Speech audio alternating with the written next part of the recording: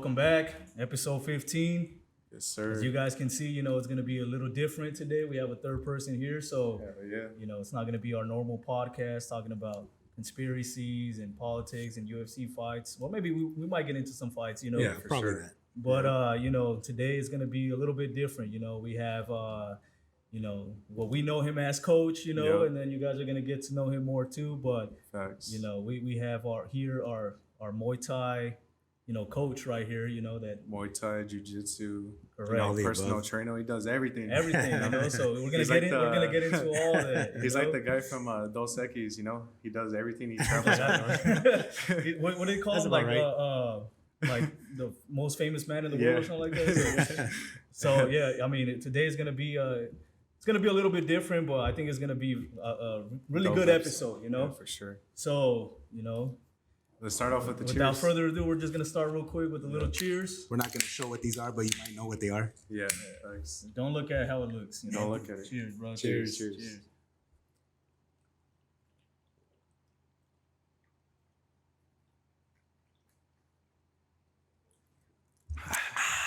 Don't show To be it. honest, I didn't know That we was were chugging them. delicious. I didn't know we were gonna check it. I just gotta see what I we think it follow was Coach. the competitive side of me. Yeah, I didn't know if we they're were not chugging stopping. them. Yeah, same. I'm like, they're not stopping, so We I'm all not kind going of to had stop. that side eye. We were like looking at each other. Yeah, I'm about to win this chug. for sure. But yeah, this is gonna be a good episode, Yeah. So, let's just start off by having you introduce yourself and just kind of saying your name, who you are, and just kind of what you do right now. Yeah, well, again, everyone calls me Coach, but my name's Alex Nunez. I've been doing mixed martial arts for quite a long time. Probably started like around 20, 21 years old was when I actually started doing mixed martial arts. How old are you now?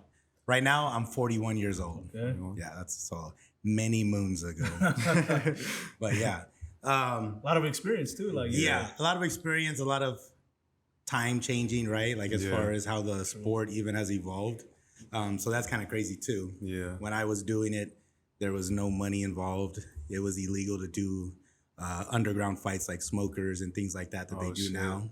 So that's kind of cool to watch how much it's evolved and it's allowed a lot of fighters to take a better route to become pro fighters. True. Yeah. Because even when I was there, it was pretty much like find a school that's throwing an illegal fight, an illegal event, go against their guys. And, there was no organization or structure doing it. Yeah. So like if people got hurt, people got hurt. So it's a lot safer now. Oh yeah, big right? time. It's that and it's like the experience.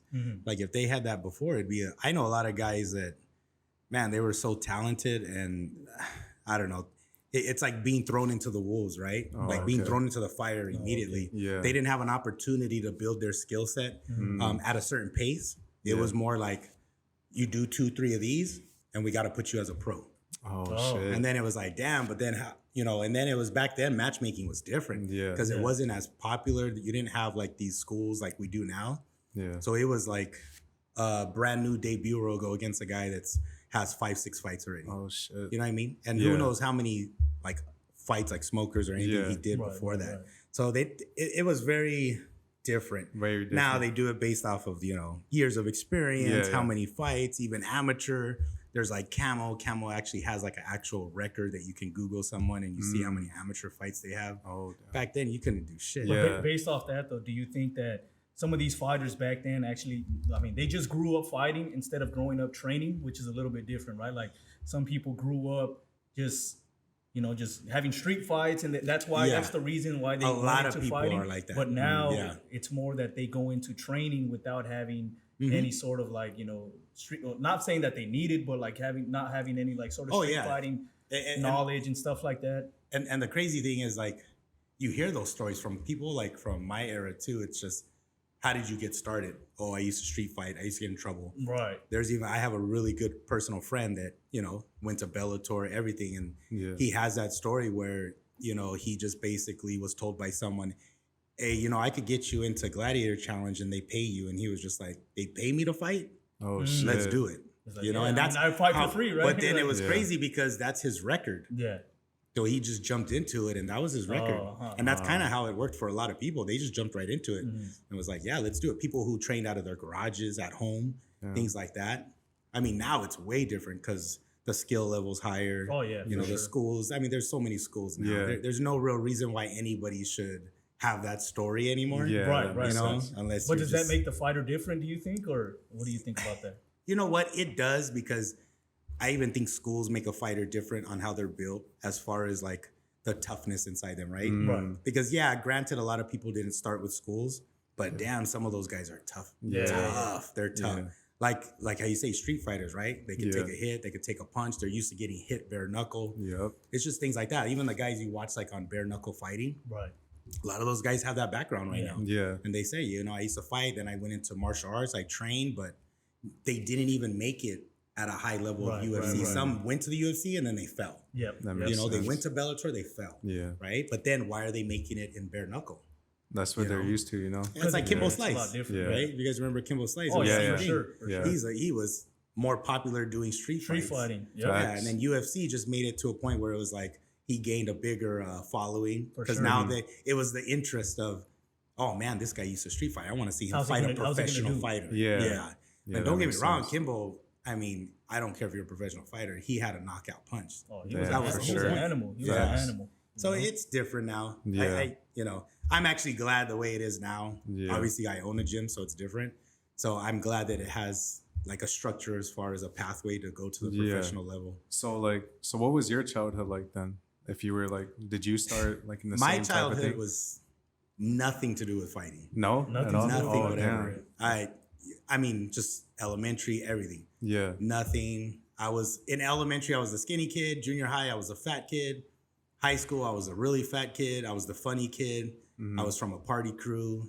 I didn't care about nothing. My brother tried to put me in wrestling. My brother was all 4 years high school wrestling. Oh, So when shit. he was a senior, I was a freshman. Mm. So when I went in, he put me into wrestling. Like, yo, you got to go to wrestling. Yeah.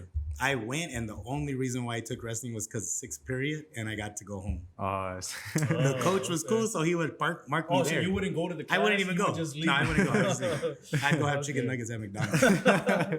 And that- fuck the that's true. wrestling. Yeah. Where the nuggets at? Your That's a brother's- real story. Your brother's like, why aren't you changing? Like, what? That's a real story. I used to go get Little Caesars pizza. I used to go play PlayStation Game Day. What was it? Game Day '97 when it came out. Like me and my best friend, we were just like Yeah. we were just into stuff like that. Mm. Damn. I didn't care about fighting or anything like that. So we're like, if someone were to like pick on you, were you the type to like not interact with it, or were you just like, I wouldn't say I wouldn't interact with it because I had a mouth on me. oh, okay. I was like the funny fat kid. Mm-hmm. So I had a lot of jokes, so I could probably make you walk away from me just by clowning. Oh, you. clowning. Shitting That on makes this guy, sense. like- Yeah, Yeah. so it Yeah. was either gonna go two directions, right? I see. One, you were gonna get super embarrassed and pissed and try to knock me out Yeah. to get payback, because if you try to mouth back at me, it would just fuel me to do more and more, Mm. right? Okay. But again, like I said, I wasn't alone when I was in high school, so I was part Yeah. of a party crew. So a lot of times I just had that like backing Right, of right, it. right. Yeah, some Yeah. homies to back you up at least. Right. You know? Yeah. So it wasn't too bad, but I Okay. used to get clowned a lot, even in high school. So I was just the funny fat guy. Yeah. Like I remember even being on one of the flyers. They joked around and put me on one of the house flyers, and it said my nickname was DJ Big and Tasty because of the Big and Tasty sandwich at McDonald's. Oh, fuck. So I would tell people I'm DJ Big and Tasty, and I'll be eating up the ones and twos. Oh, shit. Okay, okay. It used to be funny, but yeah, it's funny. But all that changed. All that changed after high Yeah. school. So So when was like the first time where like you decided to like, okay, like, is there something that happened that made you get into fighting, or is this, you just yeah. wanted to? So originally, this is kind of a crazy story. I don't really tell a lot of people, but AA Talks exclusive, right? this here, is you know? exclusive. Just so you know, Exclusive. I don't tell a lot of people this story, but Yeah. I definitely want to say it all. But so my brother, like I said, he's wrestled since high school. Mm-hmm. So he's always been into fitness, always been fit. So I actually asked my brother, I told him, I'm tired of being big. I want to lose weight. So my brother told me flat out, we didn't have a great relationship. Yeah. So he told me, I'm going to help you. I'm going to get you in shape. You better do what I say. The moment you fuck up, you're done. Like, he's like, I'm not going to help you no Okay. more. So Yeah. I took it serious and I said, I'm going to follow whatever you tell me to do. Yeah. And I'm going to do it. And mind you, I was about, 300, 295. Oh shit. So, Okay, and okay. I didn't work out. So it's Yeah. not like I had muscle on me. Yeah, So yeah. this was just not it, right? Yeah. And when was this? This was like after high school, or it was? Yeah, this was like, damn, I'm going to say probably 19, 20 years old. Oh damn. Because I started martial arts at 21. Like, I say martial arts because I went to a different school, and that's kind of how the story goes. Yeah. So I would go to 24-hour fitness with my brother. Mm-hmm. I ate the way he wanted me to eat. And this is how I tell people like that are my clients.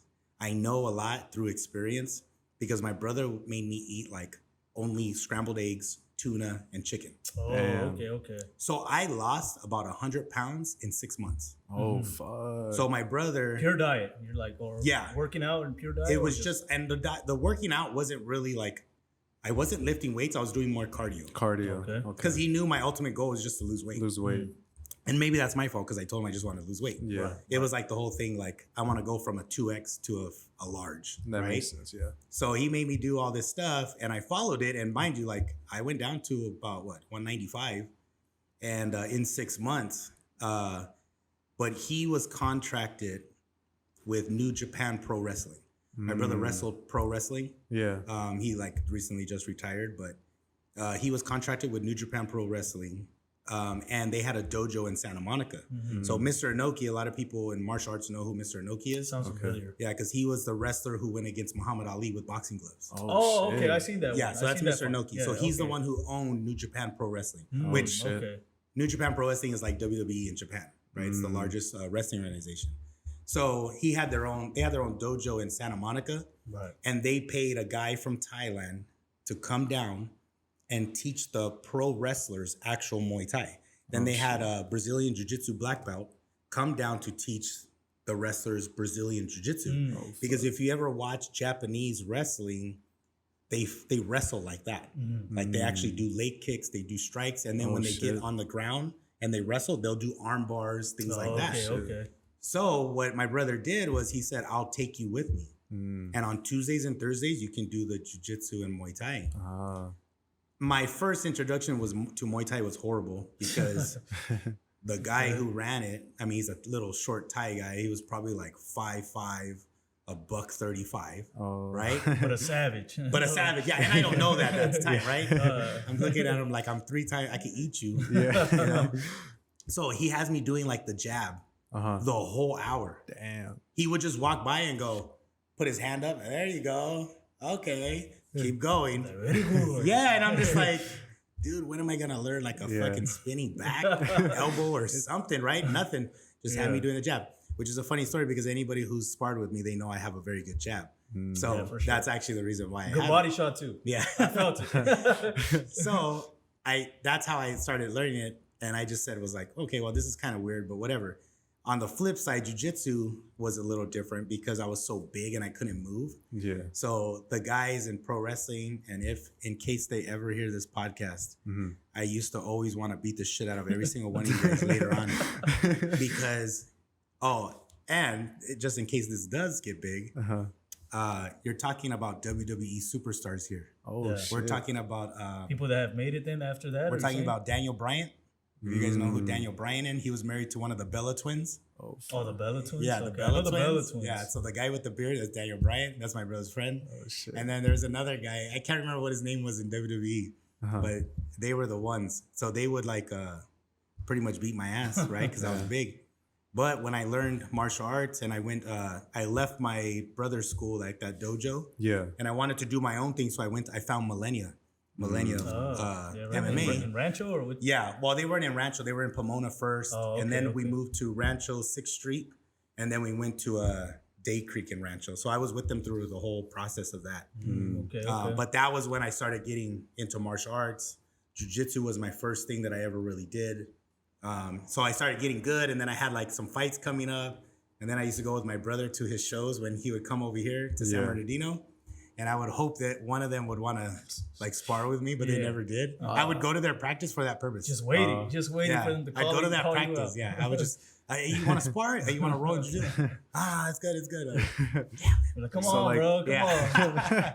So even from the beginning, you weren't like, you never thought like, oh, fuck this shit. Like, I don't want to train. You were patient. Even when enough you were to- getting beat up, you said No, like, yeah. You know why? Because and I kind of bring that into my life to this day, Yeah. is like the goal was bigger than anything else. So in my brain, I used to see people like Wanderlei Silva from Pride. I used to watch a lot of Pride. Yeah. So when I seen people like that, I thought, man, these guys are like the Savages. most dangerous people on the planet. You know what I mean? Because Yeah. they're not afraid, especially Wanderlei Silva. Having somebody like that to watch when you're growing up. I mean, the guy did Vale Tudo and all that stuff, like bare knuckle in Brazil, everything. Yeah. Yeah. So he was like a real fighter This all the guy's way a- around. He's an animal. Yeah. Even So now, man, this thinking guy's- about like him walking down places and people knowing like this guy's a savage, like you said, right? He's a Yeah. beast. He fucking knows everything.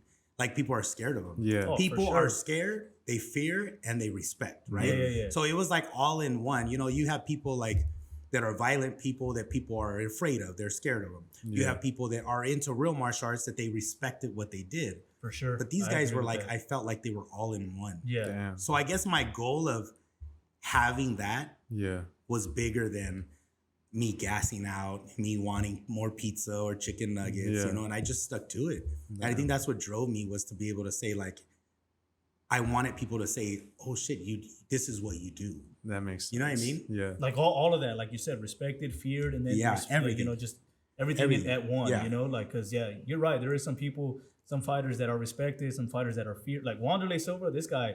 Just look at him, man. This guy Yeah. looks like Scary. an animal, man. This Yeah, guy he's looks fucking scary. scary. But and the other side, Stephen Thompson, he doesn't look that scary, Yeah. but this guy's But you very, respect very him. respected Yeah. because You you know respect him. he'd Yeah. fuck anybody up. 100%. right? Facts. And So- you also respect the discipline side. The discipline for sure. I've Facts. seen some of his workouts, and this guy. Mhm. This guy goes hard, man. This The guy's over here. conditioning, Yeah, he's running yeah, up and down some hills, like 5 rounds going up and down. Yep. And Yeah. a lot of people can't even deal. And then he still goes into his gym and trains classes, and still Absolutely. has to spar, still has to Mhm. like just do training himself after doing all that. Facts. So yeah, there's a lot that goes into that. Well, But I and- agree with that. And I think that's where I say, like, till this day, I bring that Mhm. because it's the discipline side. You know, even Discipline. in everything I do, like business wise, I think of it like that. Like if you have that structure as far as the discipline side goes, everybody respects that. Facts. But why do they respect that?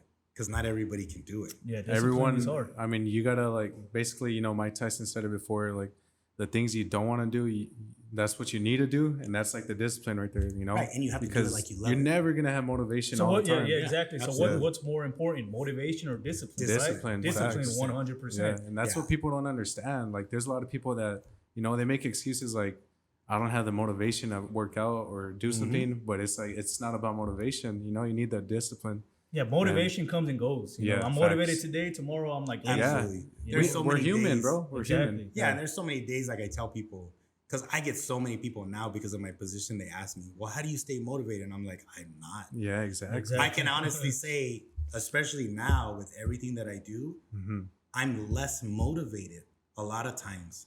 It's just more of the discipline that drives me That's facts. because I want to be successful. I want to do everything I Right. set myself Okay. up for. You know what I mean? So it's very like you guys, right? Like Yeah. having a podcast and doing what you guys are doing, like it doesn't mean something's going to hit fast, right? True, true. The whole point is you guys said it on your last podcast where you said you guys are being disciplined, Right. right? Yep. When you guys Yeah. started off the show. Consistency That's and the whole discipline. point. Yeah. Because if you're not doing that and you run into oh man, it's not hitting, you look at views or whatever it is you guys are looking at, Yep. I agree with that that. has nothing to do with Yeah, this. that's I'm facts. telling everybody right now, there's so many people. I don't care if you go on Instagram, you look at all these people with 200,000 followers, 300,000. Go to their. This is what people don't do. I go to the bottom of their Yeah. page. Yeah. They'll have 2,000 something posts. I go all the way to the bottom where they have normal pictures, Yep. and there's like 0 views. There's like 12 Exactly. views, No, I agree with 74 that. views, Facts. whatever. Yep. Next thing you know, it's like 14,000 views, 147,000. It's like, what the heck? And that's how that you just can't give up because you Yeah. never know which Right. episode, which post is gonna get you to It, that it's just level. it takes one. know? Like it Yeah, takes one. it video. really just takes one. Nowadays, it really does just take one Yeah. that blows you up. But also, even if that one blows you up, you still have to bring in the same content that got you Facts. there. Right. Bring in Facts. the same, good quality content, and then the consistency and the dedication that also got you to that level. Yeah. Oh, Anyways, 100%. But And yeah, then, it And does. then there's those people, they don't really do it like because they love it. They just do it because they're looking at like The I could money, get right? money, Yeah. and shit Right. like that. And I think that's something that people like fuck up on a lot right there. Well, and I always there's people that I know that do that, right? And they say, well, I just want to make more money. It's Mhm. like, That's fine. Well, you have people that combination. are passionate about something, right? Yeah. And obviously, when you're passionate about something, that's what's going to drive you. Your Yes. passion wakes you up. Your passion drives you. That's your motivation. Mm-hmm. But then if you want the money, you have to understand that's where people talk. Like you hear motivational speakers when they say the beast part, right? Like you want to go into beast mode, but you don't want to do what beast do. Yeah, That's yeah. where that part comes in from. You want the money, but you don't want to go through the process of failing, not getting what you're True. looking for, Yep. learning from it, readjusting, and making it happen. Yep. People just want to say, "Ah, man, it didn't work. I've been doing this for 3 months." Man, I don't Yeah. care if you've been doing it for a year and a half. Exactly. It could take 2 years, and then guess Yep. what? Boom, you blow up. The whole point is 2 years later, look at where you're at. I think too, like the best part about all of this is also the journey.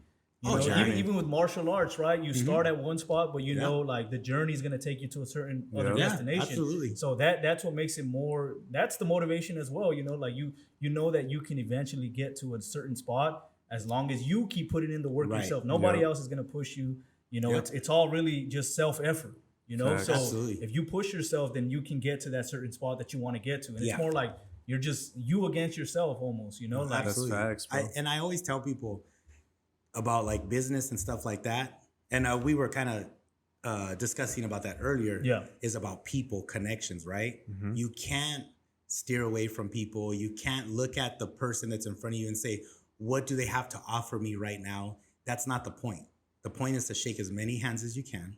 You know, build as many relationships as possible, right? Yep. Because at any point in time, one of those people can blow up. that's true. One of those people can own And they're something. gonna see like who Somebody's was there for family me, you member know? can know Yep. someone. Yep. I don't know how many times I've heard that where it's like, "Oh wait, you're doing what? My uncle does that for a living. They have $1 million business. What are you talking about? Introduce me." Yeah. And that's it. But imagine yeah.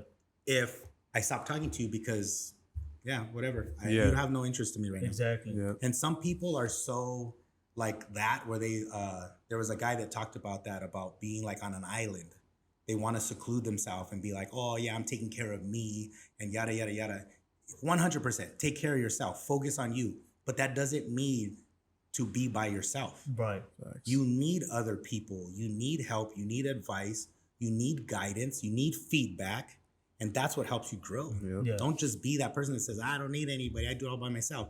How's that working out for you? Exactly. And I think that's a good point because people do like to talk to somebody just for what their benefit that they can get. Right. But I think, you got to be interested in what somebody has to say, Mhm. you know, and actually be genuinely interested in what they have to Yeah. say, because then that makes the conversation a lot easier. Because if you're only talking to them just because of what you want to hear, then they say something, you're like, okay, never mind, I'm Yeah. out. Yep. But if you're interested in what they have to say, then you're there for the conversation, Right. not for the benefit of yourself. That's So facts. that's a really good point. And you got to know? remember, when people are successful, and I'm around people that are pretty successful now, but I also learned that where it's like what you just said right now. There's people that talk to them for the sole purpose of saying, "What can you do for me?" Exactly. Mhm. And you got to understand, when people are already successful, they don't need you. Yeah. It's not like they're looking to gain something from you. You're looking to gain from them. Exactly. Yep. So if you're just gonna like Yep. throw something out and they go, "Well, not right now," Yeah. and then you get pissed off and like, "Oh, well, just screw you then. I don't want to talk to you no more." Oh, you just messed up Fuck. Right, because right. you haven't even proven to that person. Yeah, that's a good anything. point. That's a good You're point. not even showing discipline, Yep. consistency. You're not showing work ethics towards that Yep. person. How in the world is someone going to invest in you if you don't even show them what you're capable of doing? Let me follow up with the question right there. Mhm. Do you think being fit, like just looking fit and being fit, helps you with business like ventures? 120%. Yeah. Damn. Okay. Absolutely. It's like a real thing when people say you walk into a room. Like I used to be an operations manager Yep. at a $59 billion company. And when 59 we go billion? 59 billion, yeah, it was the Damn. largest technology distributor in the world. Damn. And what happens is you go into a conference room with everybody in there, and you're one of the fittest ones in there. Yeah. Believe me, they recognize that. Exactly. They recognize That makes that. sense. When you speak, they shut up. Damn. You know, and you also have to understand that when people are at a higher level, if you're going to go in there for a purpose of selling to them or having them buy into a project or give you money, they're already looking at you in that sense. Mhm. This guy has work ethics. Exactly. He has discipline. Yeah, Discipline, Look yeah, at him. sure. He takes care of himself. Yep. If you walk in there as a fat slob and out of shape and you could barely breathe and you're looking at the snacks in the back of the office like, is this for us to eat? That's right. And you're sitting there with packages in front of you, they're already looking at like, what is this guy gonna have to offer? Yeah. Because you know what that shows, and it's a real thing, and I hate to say it, but this is reality for certain people. When you're showing that, you're showing that you can do it for only a certain amount of time and you give up. It's the same thing in business. If I give you the opportunity, it looks to me like you're just going to do it for X amount of time and then give out. But they don't know how reliable you are. Right. Right. But you see somebody who's fit, they even talk about how much hey, I work out 4 o'clock in the morning every single day. Ooh, see, that's something different. You're talking about projects and making money and investing. This is the guy. Yeah. He has discipline. Yeah. Discipline. He has that work ethic. He's a beast. When he wants something, he's going to do it. Yeah. And that's the selling point right there. Now all you got to do is talk. Yep. You know? That's the way that's because the way I always look at it. It's like basically they're already like looking up to you in a way, you know? Absolutely, 100%. Because they actually look at you. Because people understand when they see somebody that's fit, they understand the work it takes, because if they're not there, then they know exactly. Because they know for themselves it's hard for them. They don't want to do it. So they're like, oh, this guy could do it. Yeah, they're like, this guy put so much work to looking like that. So absolutely, you know, I can't do it. They're like, I can't do it. So and that's a big deal. That's a big deal when people think like that. So with business wise, then being fit helps a lot. It helps 100%. That's why, I mean, it's not because I just own a gym, but it's but it's reality. That's why that's the reality of it. Yeah, because I've done it. I've been through it, you know, and I've gotten actual responses and feedback because of that reason. And I've even been shocked, like, oh, really? They're like, yeah, I got asked by higher level people, what time do you work out? And I was like, oh, that's kind of, well, maybe he just wants to know. And I would tell him like, oh, I wake up every day at about 3:30. I have a home gym, 4 o'clock in the morning. I go downstairs, I work out. I'm like, okay. And then I come to work about 7 o'clock and then I do my shift and I go back home. And he's like, oh, so every day you work out? Like, yeah, regardless. Like I have to. I'm not myself if I don't. You know, and it's just like, I had no idea that was the setup. Yeah, that makes sense. Yeah, they're looking at it like, okay, this guy's gonna be here on time. This guy's gonna do his job. Yeah, and are you at the point too? Because I feel like this a lot myself. Is like, if you don't work out that day, like say you miss one day, your mind keeps thinking about that. You feel like all a fucking slog. Yeah, Like, I was listening to this one guy. I don't remember who it was, but he said that where he said, it's weird how in the beginning when you want to work out, you get anxiety about working out. I don't know if you guys heard that one. It's like, oh, I get anxiety about working out. Like, the people, I don't know what I'm doing. Then you go for a couple months, you start seeing results. Then you start creating an actual routine. Now you're creating discipline and consistency. And now you're going every day, and then it becomes a lifestyle. Facts. And then the lifestyle, what happens in return, which is the crazy part, is it flips. Now when you don't work out, you get anxiety. Yep. Before you got anxiety to go work out. Now it's flipped. You don't work out, you're like, oh man, you just thinking about it all day. You feel like shit. Yeah, I didn't work out today. People will even ask, like, I remember going into work and I was telling someone this the other week where I used to do that. I used to walk into work all pumped up. Even the people that didn't like me, they might even listen to the podcast. They didn't even like me, and I used to walk by them and I used to be like, hey, what's going on? What's up, buddy? How's it going? I know they don't like me, but they don't like me because I'm so motivated, you know? And I do my job. I'm good at it. But then the days that I didn't work out, I would go straight to the vending machine, get an energy drink. Okay. That makes sense. That makes a lot of sense. I just knew I was not ready. I was not ready. Isn't it how that like snowballs? You don't work out. Absolutely. You start eating junk food. You're like, all right, well, like I didn't work out today. Might as well just open up like some cookies or whatever the fuck, you know, like, and then you just start spiraling down that same path. And that's where they say that's the discipline. Yeah. Because even if you don't work out, you still got to stay disciplined with your routine. Because I mean, I tell them, like, you know, sometimes I tell like my girl or like the people in my life, I'm like, fuck, I didn't work out today. They're like, relax, it's one day. But I'm like, nah, like, it's just eating me up in my head. Like, fuck, man. And it sucks because we talk about that a lot where it's like, you know, the people around you will be like, you're going too hard. Take it easy.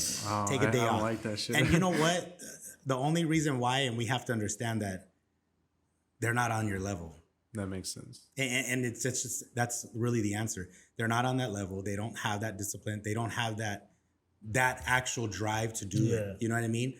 So I don't usually get mad at people, or I don't say like, yeah, right. I just say, well, I'll think about it. Yeah, I like to work out. Yeah. I go on vacation. Like when we went to Vegas just a little while ago, like I still worked out. Where's the nearest gym? If they don't have the gym in the hotel I'm staying at, I Google where the nearest gym is.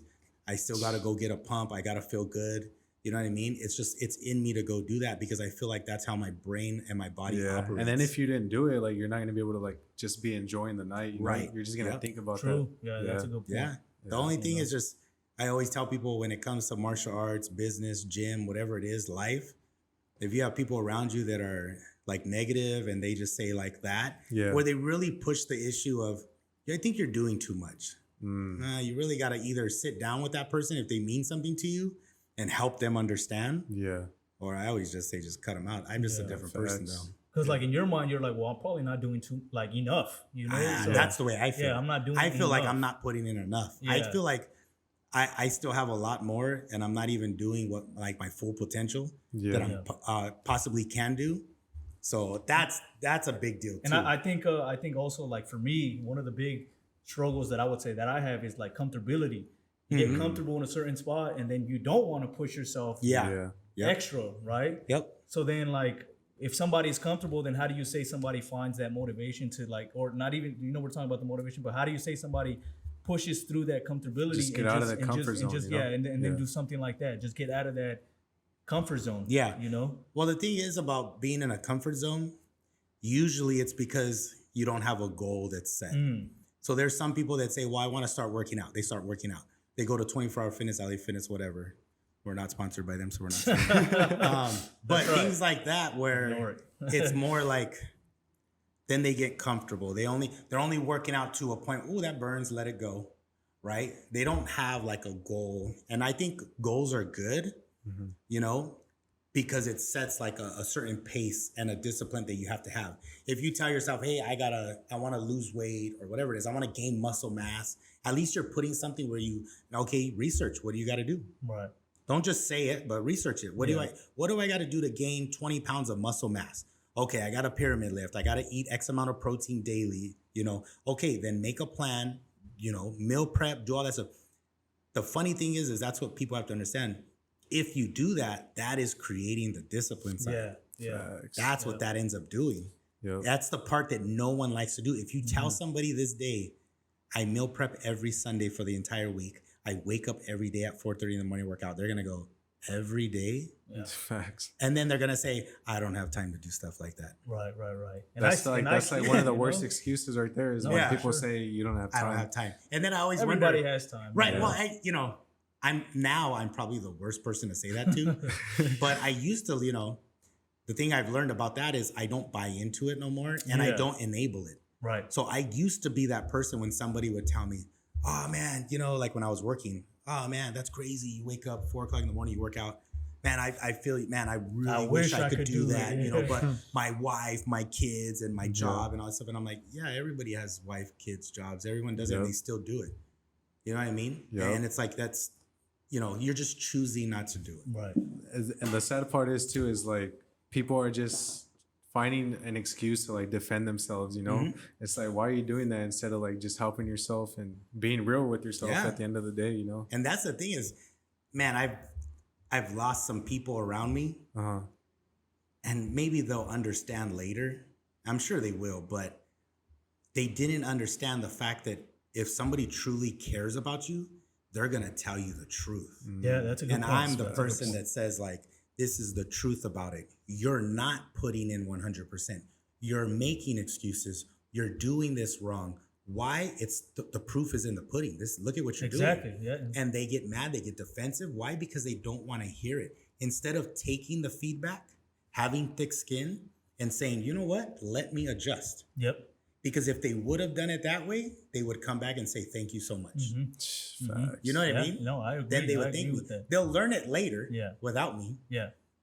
Just later. Yep. You know what I mean? Yep. Or they might not learn it at all and they'll be stuck where they're at. It's because they see it the wrong way. Like, oh, you're talking shit about me. You're hating on me. And it's not. And that's a real person. A real person it's more being real with them and telling them the truth. I'm not going to sugarcoat. I used to do that. I'm not going to sugarcoat because you know why? What's the point? At the end of the day, I don't want somebody to do that to me, especially now. I don't want people to do that to me. People I know that own businesses, I tell them all the time, tell me what you think. Give me the truth. I think the I think you're truth, doing this. whatever. I think you're doing this wrong, and you might want to try this. I'm on my phone, like, say that one more time. I gotta do what? Okay, cool. Yeah, How can I improve, right? Yeah, How I'm gonna can try I to see if improve? I can get that done. You know, because why? You're a millionaire. I'm not. Exactly. So let me try to be one. Yeah. You know what I mean? And like you have to learn from people that are like just, that. Yeah.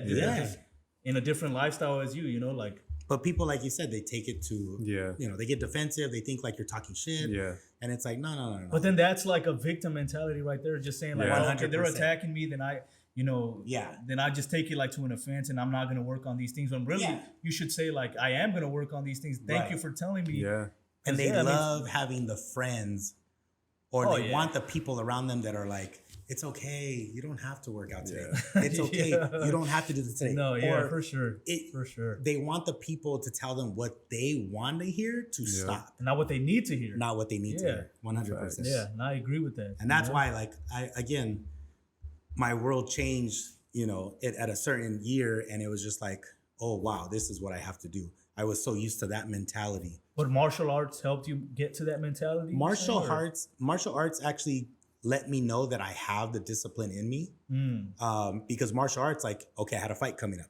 Okay, I got to cut. You know, I got to eat right. I got to train X amount of days. I need to be there at this time to this time. I still worked. So it gave me the discipline that I can do, that I can have. Yeah. Did I lose that? 100%. After fighting, I lost it. That's what I'm saying. I know the stories. I know the excuses. Yep. I lost it, but then I went back to it and I said, you know what? I have it. I know I have it because I've done it before. Right. And then that's what made me click. And that's why people too, you know, they're like, nah, you don't understand me. But like at the same time, you do understand. I do understand. You've been through it all. Yeah. Exactly. Like people, a lot of people say that, you know, to David Goggins. Like they'll tell him the same thing. You don't understand my life, but he understands. He's been through so much. Goggins is the worst person to compare to that shit. Yeah. Exactly. And that's David the thing. Goggins is horrible compared to. Like, you do not want to be around that guy. For sure. Who's gonna carry the load? Yeah, the boats. I'm like, you are, not me. Good luck, bro. And that's the thing, though. Like, nobody can bullshit you, really, because you understand like what they're telling you. Yeah, and everything. you've been through it. Not only do you know their story, but you experience that same exact story. So when someone tells you that, do you like, oh, you're wasting my time, or like, what do you say back to that? I tried to reverse it. How I know how to now to do it, right? Where I let them know. I'll even tell them a piece of myself, okay, so that way they understand I'm not just talking out of my ass, or like reading a book or motivational speaker. No. This is what I've done. This is what I went through. You know, this is what I do currently, and so you can do it. You know, Facts. Nothing is really like, we're not different. Like all three of us sitting here, nothing about us is really different when it comes to creating discipline within ourselves. Like, I'm not gonna say, oh, Manny, you have a better discipline because of this, or Angel, you have a better discipline because of this. I have a better. No, it's not. It's, are you willing to do that? Are you willing to be consistent? Are you willing to do the sacrifices to be disciplined? We can all create. We can all do it the same way. Yeah. We can all hold each other accountable, and we could be like, "Hey, this is the goal. Are you guys ready? Like, yeah, let's rock and roll. Well, what do we got to sacrifice? This is it. 1, 2, 3. Are you willing to do it? Absolutely. And we can all do it at the same time. We could do it all together like that. Yeah. And I think that's a big thing too. Like, people don't like to take the sacrifices. You know. Yeah. People want to stay comfortable, like you said. People want to. You know why? Because it's easy. Yeah. It's easy. Yeah, of course. Fuck yeah! I'd rather do something that's easy, right? Why do you want to diet and eat clean? It's easier to go to McDonald's and get a 6-piece chicken nugget. That's right. Like, I don't want Uber's actually showing up right now. It's all knocking at the doors. Oh, our orders are here. Pause the podcast. Like, let me just pick it up right now. Yeah. But that's the whole point.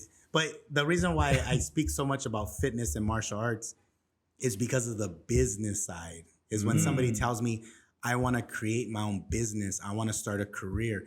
That's why I'm so big about the fitness, because I want people to understand you create the discipline through fitness. Correct. And you challenge your mind through fitness, so that when you go into business and you have issues and struggles and speed bumps and all these other things, you're able to get through it easier because you're mentally challenged every day by fitness. So you're kind of going into my next question, actually, as far as how did you get into teaching martial arts?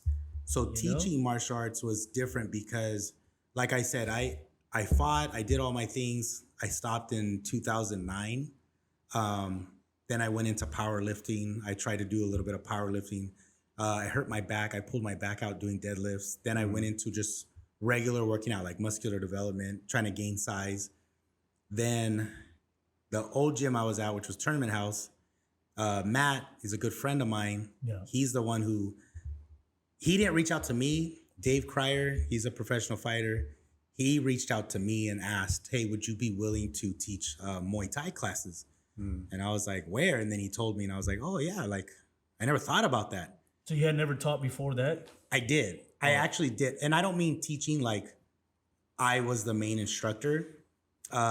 Millennia, when William Stripey is my crew, when he was out or he was actively fighting, me or Greg were like the top guys as far as the Muay Thai side. I would help teach some of his classes. So it was like simple things like that. Okay. But never to the extent of what I do now. Yeah. Did I want to do something like that? Yes. I always had it in my head. I would see people like Oyama. From Oyama Fight Team in Irvine. He's the guy who trained like Tito Ortiz, Rampage Jackson. Oh, shit. Still teaches till this day. Very successful school. They were all in Pride too, right? Like, And I looked at someone like him and I was like, man, I want to be like that if I could. But at the time I was thinking there's no money like that. Because I don't know. I don't know about it. Yeah. But then, so when Dave called me and asked me, I told him, well, I'll go talk to Matt. Matt, we met up. That's when he told me like, hey, you want to teach like 1 or 2 days out of the week? I was working at the warehouse and I said, yeah, like I'll try it out. I've never done it. Yeah. You know, but don't get me wrong. I've done so much stuff. As far as like a sales thing, like I've done club promoting. I've been a club promoter. I used to flip cars, you know, like, so I had that in me to like the personality side of it. Yeah. Okay. So when I went into teaching, I had no idea what to expect. I didn't know, you know, like how good I could be, but I did know one thing. And that was like, when I agreed to teaching, I did tell myself, how would I teach and what kind of a coach would I be? So I took all the do's and don'ts that I've learned throughout my years of martial arts. And I was just like, I'm going to put that into play. And I was like the guy that always wanted to be recognized. Okay. So I wanted to make sure like I didn't have that with my students, you know? Like you didn't have that? What do you mean? Like, because like where I came from, the school I came from was, it was huge as far as the fight team. So for you to get recognized, you had to prove yourself. Oh, okay. You know, like you had to be a fighter. You had to prove yourself for the recognition to be like, for the coaches to even talk. Yeah, like, hey, come here. You know, like we noticed, you know, you're getting up. You want to fight? You know what I mean? Yeah. And it was like, little did you know, I've already been fighting. You know what I mean? Yeah. But it was like, like, you know, like that. So mine was more like, I want to actually teach. I want to coach. My priority is not going to be fighting. It's going to be actual coaching. Because in my mind, it would be more of like the discipline side, right? The culture, the discipline, and learning how to do all that. That makes sense. So that's kind of where it went into like coaching. And then, you know, 2 days turned into 3, turned into 5. Then next thing you know, Matt took me away from my job, and then it was full time. Damn. That was it. That was all she wrote from there. How long were you there? Like, because I think I got there, I don't even remember what month. I want to say maybe September. Something like that. Yeah, last year. How long were you there before? I'm trying to remember. I think it was coaching wise since the beginning. It was almost 2 years. Almost 2 years. Okay. But full time when he took me from my job, it was a year. I was there for a solid year. Okay. So, and like even my own gym, it came out of nowhere. It wasn't planned or anything like that. So my gym came out of nowhere. It was basically a phone call. I have a location.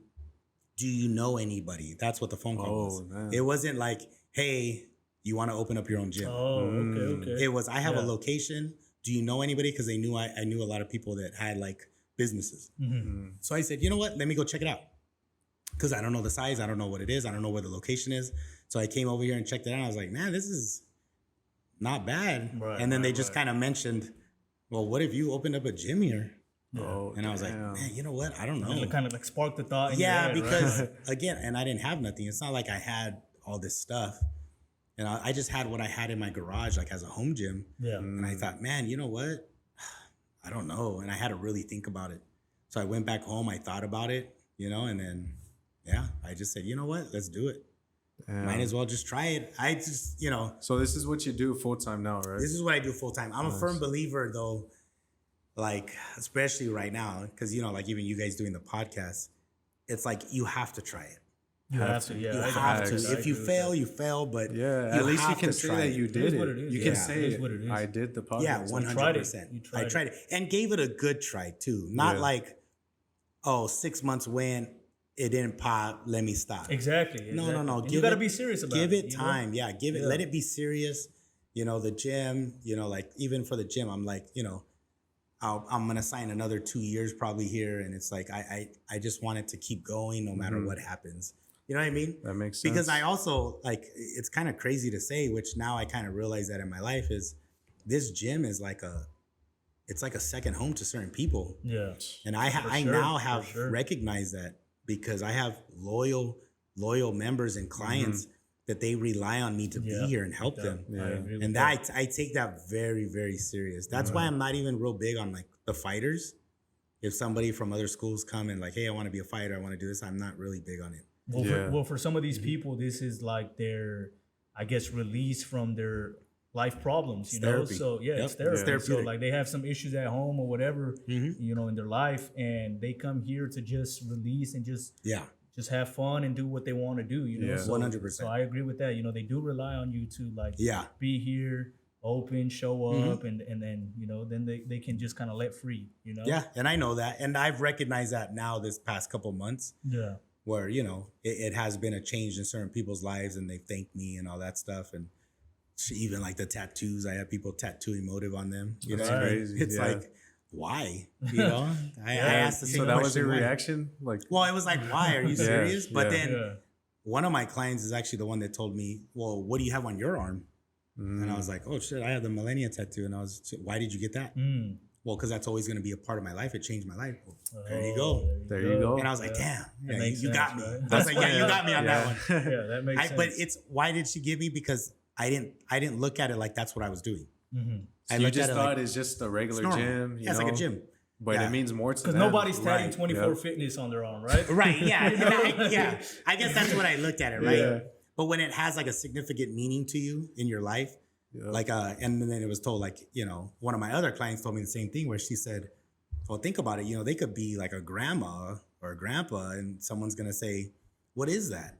So, oh, well, this is how, like, this fitness place changed my whole life. Right, yeah. Like, I was in a bad spot. I came here and next thing you know, I was like 3 years deep and, I fought or I just transformed my whole body, whatever it is. It's like, there's like a story behind it. And now I understand it. I'm like, you know what? Yeah, you're right. So that's why it's important for me to make sure that this stays alive and it keeps going and actually gets better. That means, that makes a lot of sense. And then just based off of that, just like you opening your own gym and stuff like that, if you had to like give somebody advice that did want to come into this same type of business, opening their own gym, what would you recommend?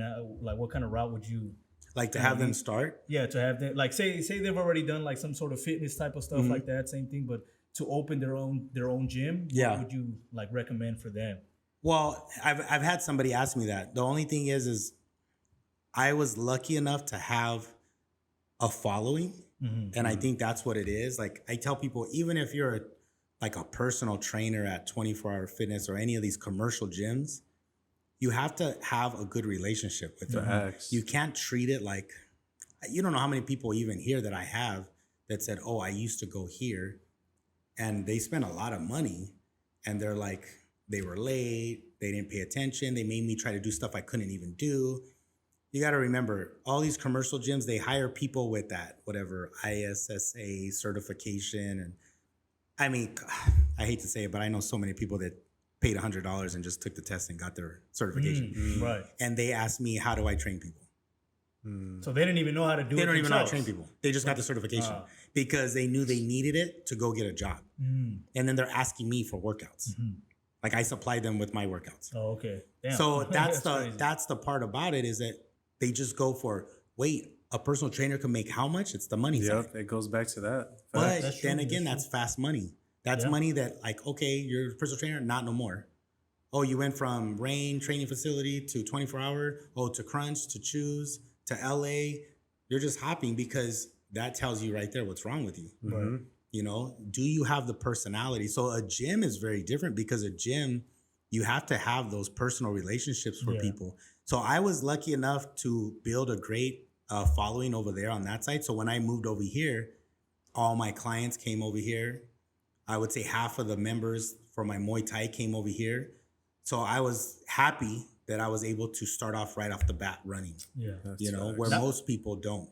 And I would say from you, you know, just based off of going to your gym for, you know, it was a few months, right? But it just seemed like you actually cared about the people you were training. Oh, 100%. You know? So it didn't seem like, you know, we were just there and we were just like hitting the bag or doing whatever type of drills. It seemed like you actually did care about what we were doing and, you know, you're doing this wrong. Like, you know, I remember you always tell me like, you know, like turn your foot, you know, when you kick, you know, do that. Because I wanted you guys, you know, I genuinely want people to get better because I thought of myself. I thought of myself when I was training and I was a number.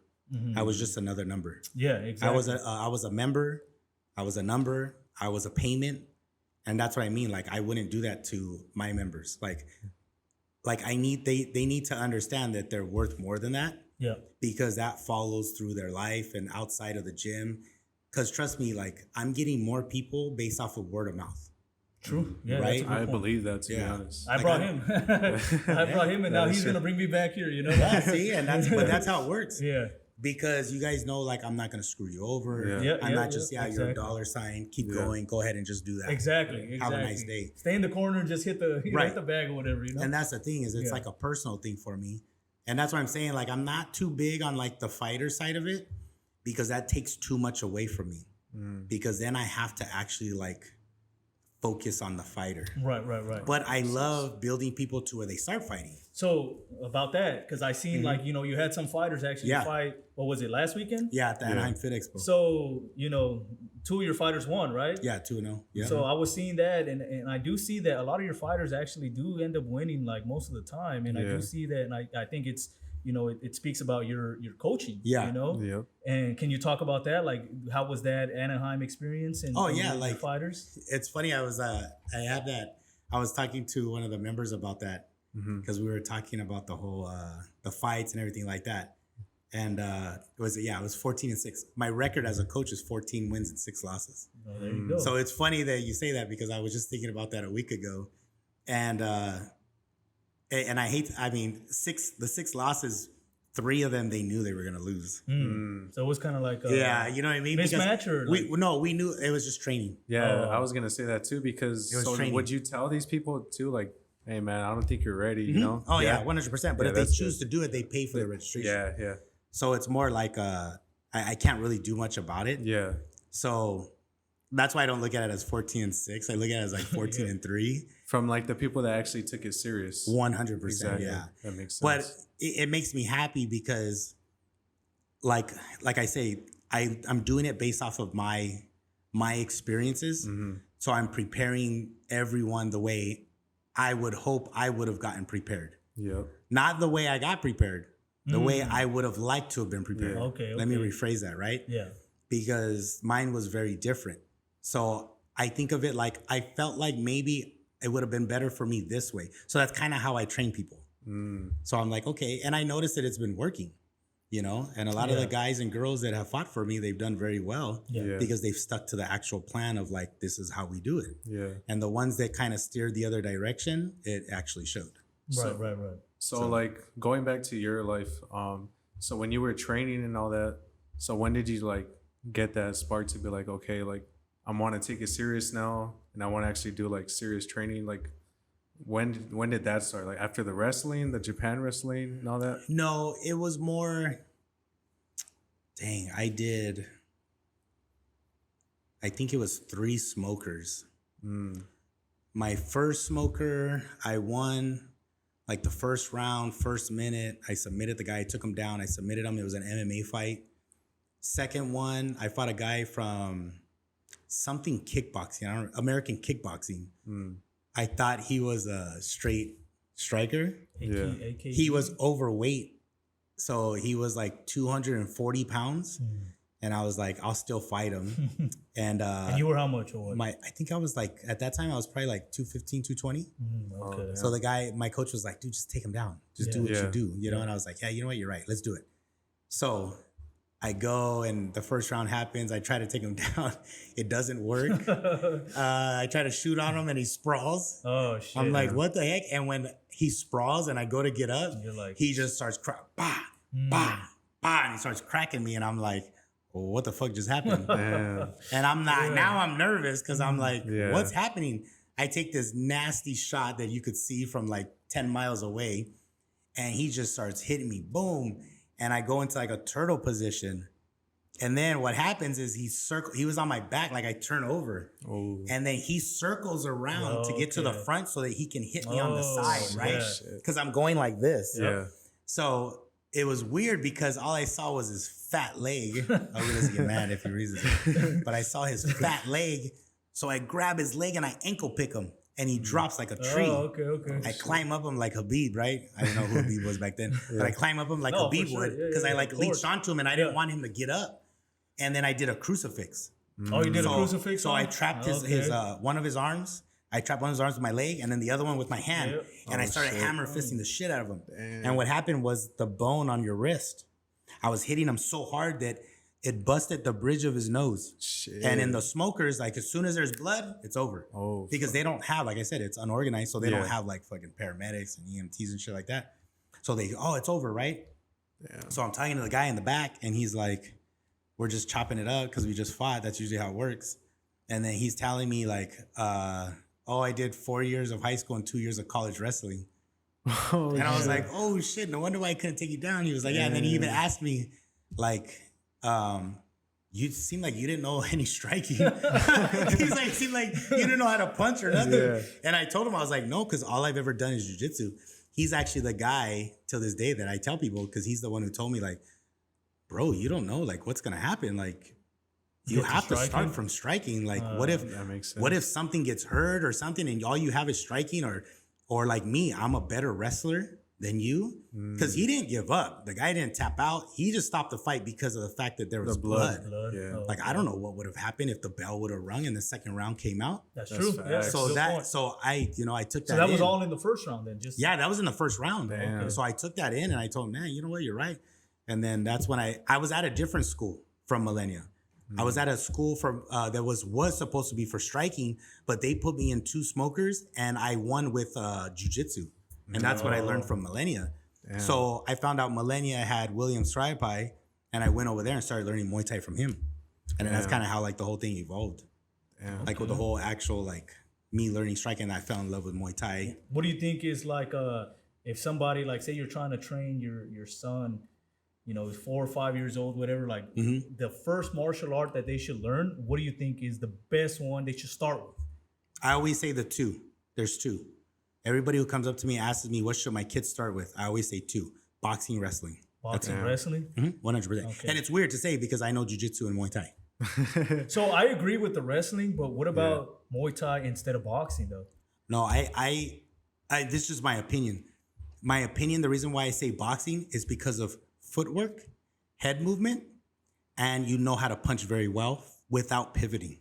You learn how to use your torso. Yeah. Oh shit. Muay Thai. Muay Thai. Why are you learning Muay Thai?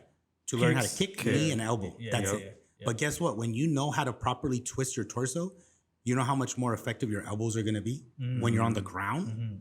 You know how to whack. Turn into your torso because it's not like you can pivot when you're on top of somebody. Yeah.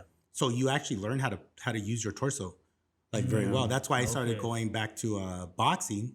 At Eric Garcia's in Upland because that's why he was very like he's an amazing coach and he was really starting to like make me feel better about boxing, But unfortunately, my schedule here conflicted with our schedule over there. I do want to try to go back. I'll probably do some privates with him or something because he was fixing me like every single time I went there. Yeah, even just footwork, back and forth, head movement, everything like. It was amazing, and that's why I love boxing. Yeah. But I've always done Muay Thai all my life. Yeah. So I always tell people boxing, wrestling. Boxing, wrestling. Okay. Because why boxing is a great transition when you start learning Muay Thai? Because if you're going to be an MMA fighter, If you're going to be an MMA fighter, you have to remember you're not going to stand in a Muay Thai stance. So if you learn Muay Thai first, you're going to create a Muay Thai squared stance. Yeah. Right? Where I'd rather have a boxing stance, but have a wrestling background because I can shoot whichever side I need to. Right. And then defend those shots, and then right? wrestling is a way better transition into jiu-jitsu. That makes a lot of sense. Yeah, Into wrestling. that makes sense for sure. Yeah. You know? Jiu-jitsu, jiu-jitsu is not a good transition into wrestling because when people start in jiu-jitsu, they care more about moving up in belts. No, that makes sense. So they do like the whole stripe, white belt, blue belt, stripe, purple belt, stripe. And then they're like, oh shit, I'm getting dominated by wrestlers. Damn. Yeah, that makes sense. I know people that go to grappling. They don't understand the top position, nothing like that. Right. And I go to the grappling tournaments and you'll see like just people getting smashed. White belts, blue belts are getting smashed by who? By wrestlers. Yeah. They don't even know shit. And it goes down to like more strength, right? They have way more strength. Yeah. Man, I was just telling this to somebody last week. I was just telling them. It's crazy how, that's why I like my gym because we do strength conditioning. On jiu-jitsu night, I'll even set up a circuit for strength for jiu-jitsu. Because as a jiu-jitsu practitioner, what'll happen is white belts are only concerned about learning more skills, learning more technique. They want to get their second stripe, their third stripe. They want to get their blue belt. Then as a blue belt, they want to go to a purple belt. So they'll roll mat time. They don't even work out. Damn. But then guess what happens? Purple belt. Now they're a purple belt. Now here comes the wrestler. Yep. White belt. Why can't he do nothing to him? You got to remember, wrestlers do strength and conditioning. Yep. They're strong as hell. Strong as fuck. Yeah. So you can be a purple belt, but why can't you execute the technique or the submission? Because they're stronger than you. Well, then the purple belt says, I need to work out. You know how many people I've went against? How many people I went against that were brown belts? Even black belts have gone, man, dude, you're so strong. You're so strong, man. Yeah. I can't do nothing to you. Look how big you are. You look how, I'm like, no, that's. Well, sometimes jiu-jitsu guys are like skinnier and then the wrestling guys are like they're beefy, more solid. you know? Yeah, exactly. Yeah. So that makes sense. But that's why I tell people, like, when people ask me to this day about weight and all that stuff, discrepancies and things like that, that's why I say that about heavyweights. I just had this conversation the other day. Like heavyweights, it's all about heavyweights. If you think about boxing, Mike Tyson, the baddest man on the planet. Why? Because he was the boxing heavyweight champion. In other words, put him against Floyd Mayweather, right? Floyd Mayweather's weight, he's the best boxer, but put him against Mike Tyson at his weight, who do you think would win? It would be Mike Tyson because he will knock him out in one shot. It just needs one shot out of 12 rounds. He just needs one hit. That's what makes him more dangerous. That's what makes him more dangerous. But he's not avoiding Mike Tyson. Like, even though like Floyd may be having that better defense and all that, it won't matter. Yeah, it's not gonna matter. The power that he has, he just needs one opening to drop him in the body or drop him up top. Yep. So then you think of Daniel Cormier, DC and UFC. Well, what about him versus Mighty Mouse? And it doesn't matter, right? The 155 or 145, whatever belt it is, it's the same skill set, but one is stronger and heavier. Yep. So he's the baddest man on the planet. John Jones is right now the baddest man on the planet because he can beat anybody underneath his weight class because he has the same skill set and he's the best at what he does. So that's what it means. That's why I say, like, I like being big, I like being strong, but I like having the skill set. However, you need to maintain the stamina and the conditioning in order to do that. And the speed, right? You think the speed, the agility, you know? Yep. So did it take you getting humbled by like a wrestler or something to like find that out? Oh yeah. Yeah. When I went with before the casino fight, my first casino fight, I went with Dave Cryer to the Mount Sac wrestling camp. And it was funny because he got pissed off at me because I walked in with my tap out stuff. I was really big into tap out. Yeah, back then. I used to go to the warehouse and get all their stuff, right? And I had like my tap out bag, I had the tap out jumpsuit. So I walk in and it was like a scene in a movie, and he like was like, why the fuck are you wearing all that shit? Oh shit. And I'm like, what do you mean? I'm like, I thought we were training. He's like, yeah, man, I had my cup on, everything. Damn. And these guys, I'm looking around and I'm like, these guys are in basketball shorts and a white t-shirt. No cup, no nothing. I'm like, oh, shit. what the hell? You're like, I'm about to fuck all them over. Yeah, for real, And I'm bro. like, damn, right? So I'm like, okay. This is my competition? Yeah, I'm like, all right, like, let's do this, right? They already knew we were MMA guys, so that was already a not a good thing. Yeah. So they put me up against some guys, right? They're like handling me. I think my worst one was the Asian guy who was the coach for Mount Sac at that time. He was like an older Asian guy that everybody knows. I don't remember his name, but he put me up against this kid, and he was 19 years old. And I think I outweighed him by like 35 pounds. Damn. So I'm thinking like, I'm not about to just bear hug this guy and just drop him, pick him up, right? Yeah. Man, we lock up, and I literally go to bear hug him like I just said I was going to do. Yeah. Tell me why he goes under and he hip tosses the hell out of me. Shit. He hip tossed me so hard. All I remember was seeing upside down and whack, boom. Oh, fuck. Your legs were like pointing I at the was sky, like, what right? the hell just happened? And then the coach comes and he's like, are you okay? And then it was like a joke, right? Of course, I'm the joke. So they end up telling me that he's like a whatever 2nd degree black belt in judo. Oh, judo? Okay. And I'm like, no that wonder makes why sense. he didn't care. I was wondering why was it so easy for me to grab him. And he's like, that's Like what I he wanted let you me, to do. yeah, like he let me so he can get the underhook, Damn. and he just hip tossed the shit out of me. Oh, shit. But yeah, but that day was horrible. The next couple of days we went, they were fucking dumping us on our heads. Damn. But we gained the respect. Obviously, how else do you gain respect, right? You gain the respect by getting your ass beat and keep coming forward, right? So we just kept going and going, and then guess what happens? Then they start showing. Damn. Then the guy started saying like, all right, cool, man. Yeah, you're a tough motherfucker. Okay, This guy's not giving up. yeah. What do you have coming up? Oh, I got a fight at the casino. All right, cool. What do you want to work on? I just want to work on defense. Like I just want to be able to defend takedowns. So I'm a striker. I just want to beat someone else. Okay, cool. This is what you do. Sprawl your hips, land on your hip, blah, blah, blah. All that stuff. And then they were like, they respected us as far as, hey, they're still coming back. Yeah. Dave Cryer obviously kept going. He became a beast in wrestling. But that's how it works. You know what I mean? But that's what I mean. You got to do everything. Yeah. So how many like amateur fights did you have? I ended up doing 6 of the smokers. And then I did 2 of the casino fights. I fought at, it was called Apocalypse Fights. It was a Spotlight 29 casino. I did 2 of those. I won the first one. Yeah. And then I lost the second one. Oh, damn. The second one kind of sucked because the first one, I knew I was fighting. It was August, and the guy wanted to do a catch weight at 180. But I knew like 4 months in advance, millennia. Like we already knew. Yeah. So I weight cut, I diet, I was clean. I mean, I hit 180. That was the first time I hit 180 like that. Perfect. Yeah. And then I was not supposed to fight October on the second card. Oh. So I'm like, okay, cool. So Yeah. I did like everybody else. Yeah. Everybody else back in the day, they know this. Took the 2 weeks off, started eating, grubbed up. I ended up being like, I don't know, I was like 205 walking around. Damn. I was walking around 205, just going to training like normal. I'm not getting ready. I actually thought in my head, I probably won't fight until probably January of the following year then.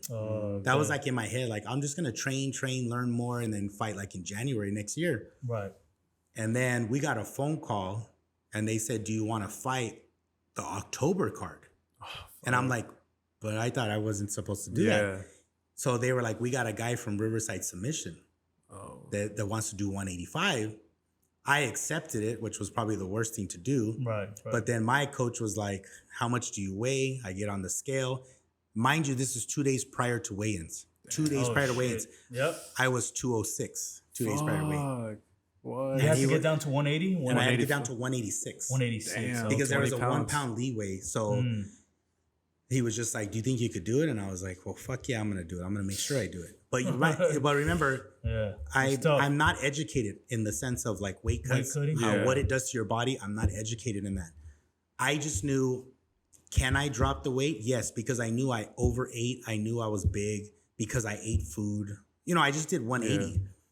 So I went to Stater Brothers. I got a bottle of distilled water, a gallon, because distilled water doesn't stay in your system. Oh, shit. Right? It's not like purified in drinking water. You just piss it right out. That's what they use like for irons and stuff like that when you iron your clothes. Oh, okay. So I drank that the next day. I went, I trained, I wore my sauna suit. We had a relationship with, at that time it was called Bally's in Rancho. Millennia did. So I would go use their sauna. I did intervals for like 3 hours. Damn. 3 hours of sauna into the jacuzzi, sauna into the jacuzzi, sauna into the jacuzzi. The next day, same thing. I was working at a warehouse because I wanted to fight. So I left my job and I worked at a regular 7 to 3:30 warehouse job where I clock in and clock out. Damn. So then the day before, the day of the weigh-ins, we had like the thing that weighs the pallets. Oh yeah, like yeah, you drop the pallets on the scale, the big old scale. Yeah. Yep. Everyone knew I fought, so I used the scale. Oh right. And I was like, we have that. Yeah, I was like 100 and what was it, 189 the morning of weigh-ins. Oh because I still went to work. And you had a full-time job, like you said. I had a full-time job. Yeah. So I was like 189. That's tough, man. That's a tough balance right there. I can't eat nothing or drink nothing. So I didn't eat nothing. I didn't drink nothing. I did the wrestling thing where you take a water bottle, you throw it out, and all you do is spit in the water bottle the whole day. So at that time, my girl was like, we had to drive to Indio because that's where Spotlight 29 Casino is. So I had a 2000 SI, Honda Civic SI. I wore my sauna suit. Nice. I put the hoodie and the sweatpants on, and I told her, I'm sorry. She suffered. She suffered because I had the windows rolled up with the heater. Oh, that's like a 3-hour drive. What the fuck? I mean, she had mascara coming down, like she's been crying. I mean, you know what I mean? Like it was super bad. But then we got there. Yeah, that's tough. But the thing was when we got there to the parking lot, I saw people running to lose weight, and I said, "That's what I don't want to be doing. Yeah, I don't want to be exerting my leg energy running around. Your legs get tired. Yeah. So when I got out, I let out the water weight. Yeah. And it was like, I took off everything. And that's tough. I got into my shorts and a t-shirt. I'm like wiping myself off. And then I go do the weigh-ins. The guy puts me on the scale. And then he's like, go ahead and jump on the scale. Mind you, it's a 186, right? It's a 1 pound leeway. I'm not even kidding you. I weighed, 186.2 or 0.3 or something like that. Yeah. I think he saw it in my face. That I was fucked up. Yeah. Because I was like looking like I was dead. Like, you better pass me, bro. So like, the guy at the bottom with the clipboard was like, what's the weight? And he looks at me, he looks at the guy, he goes, 186 even. Fuck. I just look at him and I was like, thank you so much, man. I jumped off the scale right away. I was like, thank you so much. And he was like, go over there. There's at the table, there's Pedialyte and cookies and all like, that. Start drinking. Yeah, you look like a crackhead right now. But unfortunately, that fight was the fight that I learned about. What it does to your body. I got fucked up. The weight cut, the bad weight cuts. So for people that are coming up, you would say like, don't do that. Yeah, don't try to take a fast fight. Don't do that. Yeah. Be smart. And cut like you would say a certain amount. Yeah. Cut, but do it healthy. Like, man, okay, you have a 3-month. Like, don't be 200 pounds and cut to 155. No, right? Like, I mean, I had a 2-day notice. Yeah. Like, I should have just said no. I should have just said, that's too much. Yeah. Like, I don't know what I would be doing right now. Because I stopped. After that fight, I stopped. Why do you think I was like, this isn't worth it. Oh, okay. I was just upset. I was mad. And I had a lot of things going through my head. That makes sense. I was like, I'm pissed off that I was even allowed to cut this much. I was mad because I did it to myself. Yeah. But I guess you never know, right? But that's why this gym and stuff. And that's why I'm big on my own fighters and my own guys and girls that I tell them like, hey, how much do you want to fight at? Okay, well, are you going to start clean eating right now? If not, I tell them don't do it. Or do a bigger weight. Because I'm not going to allow that to happen because I know how I felt. I felt very, very discouraged. And I didn't want to fight after that. People say like a lot of these UFC fighters, they say the hardest part is the weight cut. Oh, yeah. For sure. That shit can drain you. And if you have a bad weight cut, then it can affect mentally too. It can affect you. Yeah, exactly. Yeah, mentally. I got affects your up. fights. Yeah, because I got cracked. I did a flash knockout. That guy cracked me. I woke up. And when I woke up, I was facing the front row. Took out my mouthpiece. Damn. All I felt was him come on my knee on belly, and he cracked me one time without my mouthpiece, and Larry Landis jumped in and stopped it. And I didn't even know what happened. Then Romy and all them came in and I was like, what happened? He's just like, yeah, you got cracked. I was like, oh shit. Fuck. That was actually the first time I met what's his name? Oh shit. I'm gonna screw up on this one. The heavyweight guy from Pride. Heavyweight guy from Pride, Don Fry. No, from Catch Wrestling. Catch Wrestling. Oh man, what's his name? Man. He was like the I'm not number one. sure. At one point, he was like the number one heavyweight fighter. Oh shit. You're saying just wrestling? Yeah, he was a catch wrestler. Oh my gosh, that's gonna kill me. I'm not sure. I don't remember who it is. He was a white guy. He was famous. Catch wrestling. He made catch wrestling famous in mixed martial arts. Oh, Bash Rutten? No, not Bas Rutten. No, not Bas Rutten. I was like, I got it. Yeah, no. If I remember, I'll tell you guys. Yeah. But I met him in the back, and he was like, "Hey, man, you got cracked pretty hard." I was like, "Yeah." He made me put my hands on my head like this. He went underneath me, and he cracked my neck because I couldn't move my neck. Oh shit. So he cracked it, and then he made me lay down, and he popped my neck both sides. And then I was like, "Oh, damn!" I was like, So he was like a part-time chiropractor. well, I was like, dude, he must have been knocked out quite a few times. But no, and then he made me feel better, and I was like, "Oh man, thanks." And then he said his name. He was like, "Oh, I'm so and so," and I was like, "I know who you are. Of course, I know who you are." Like, Now I want to know. Now, too, I'm bro. like, He's like, I thought you just forgot. Like after that. yeah, it was crazy though. He's like, I've been here the whole time, man. Yeah, but it was wild. So that fight is like just, it made you like discouraged, like super discouraged. Yeah, Damn.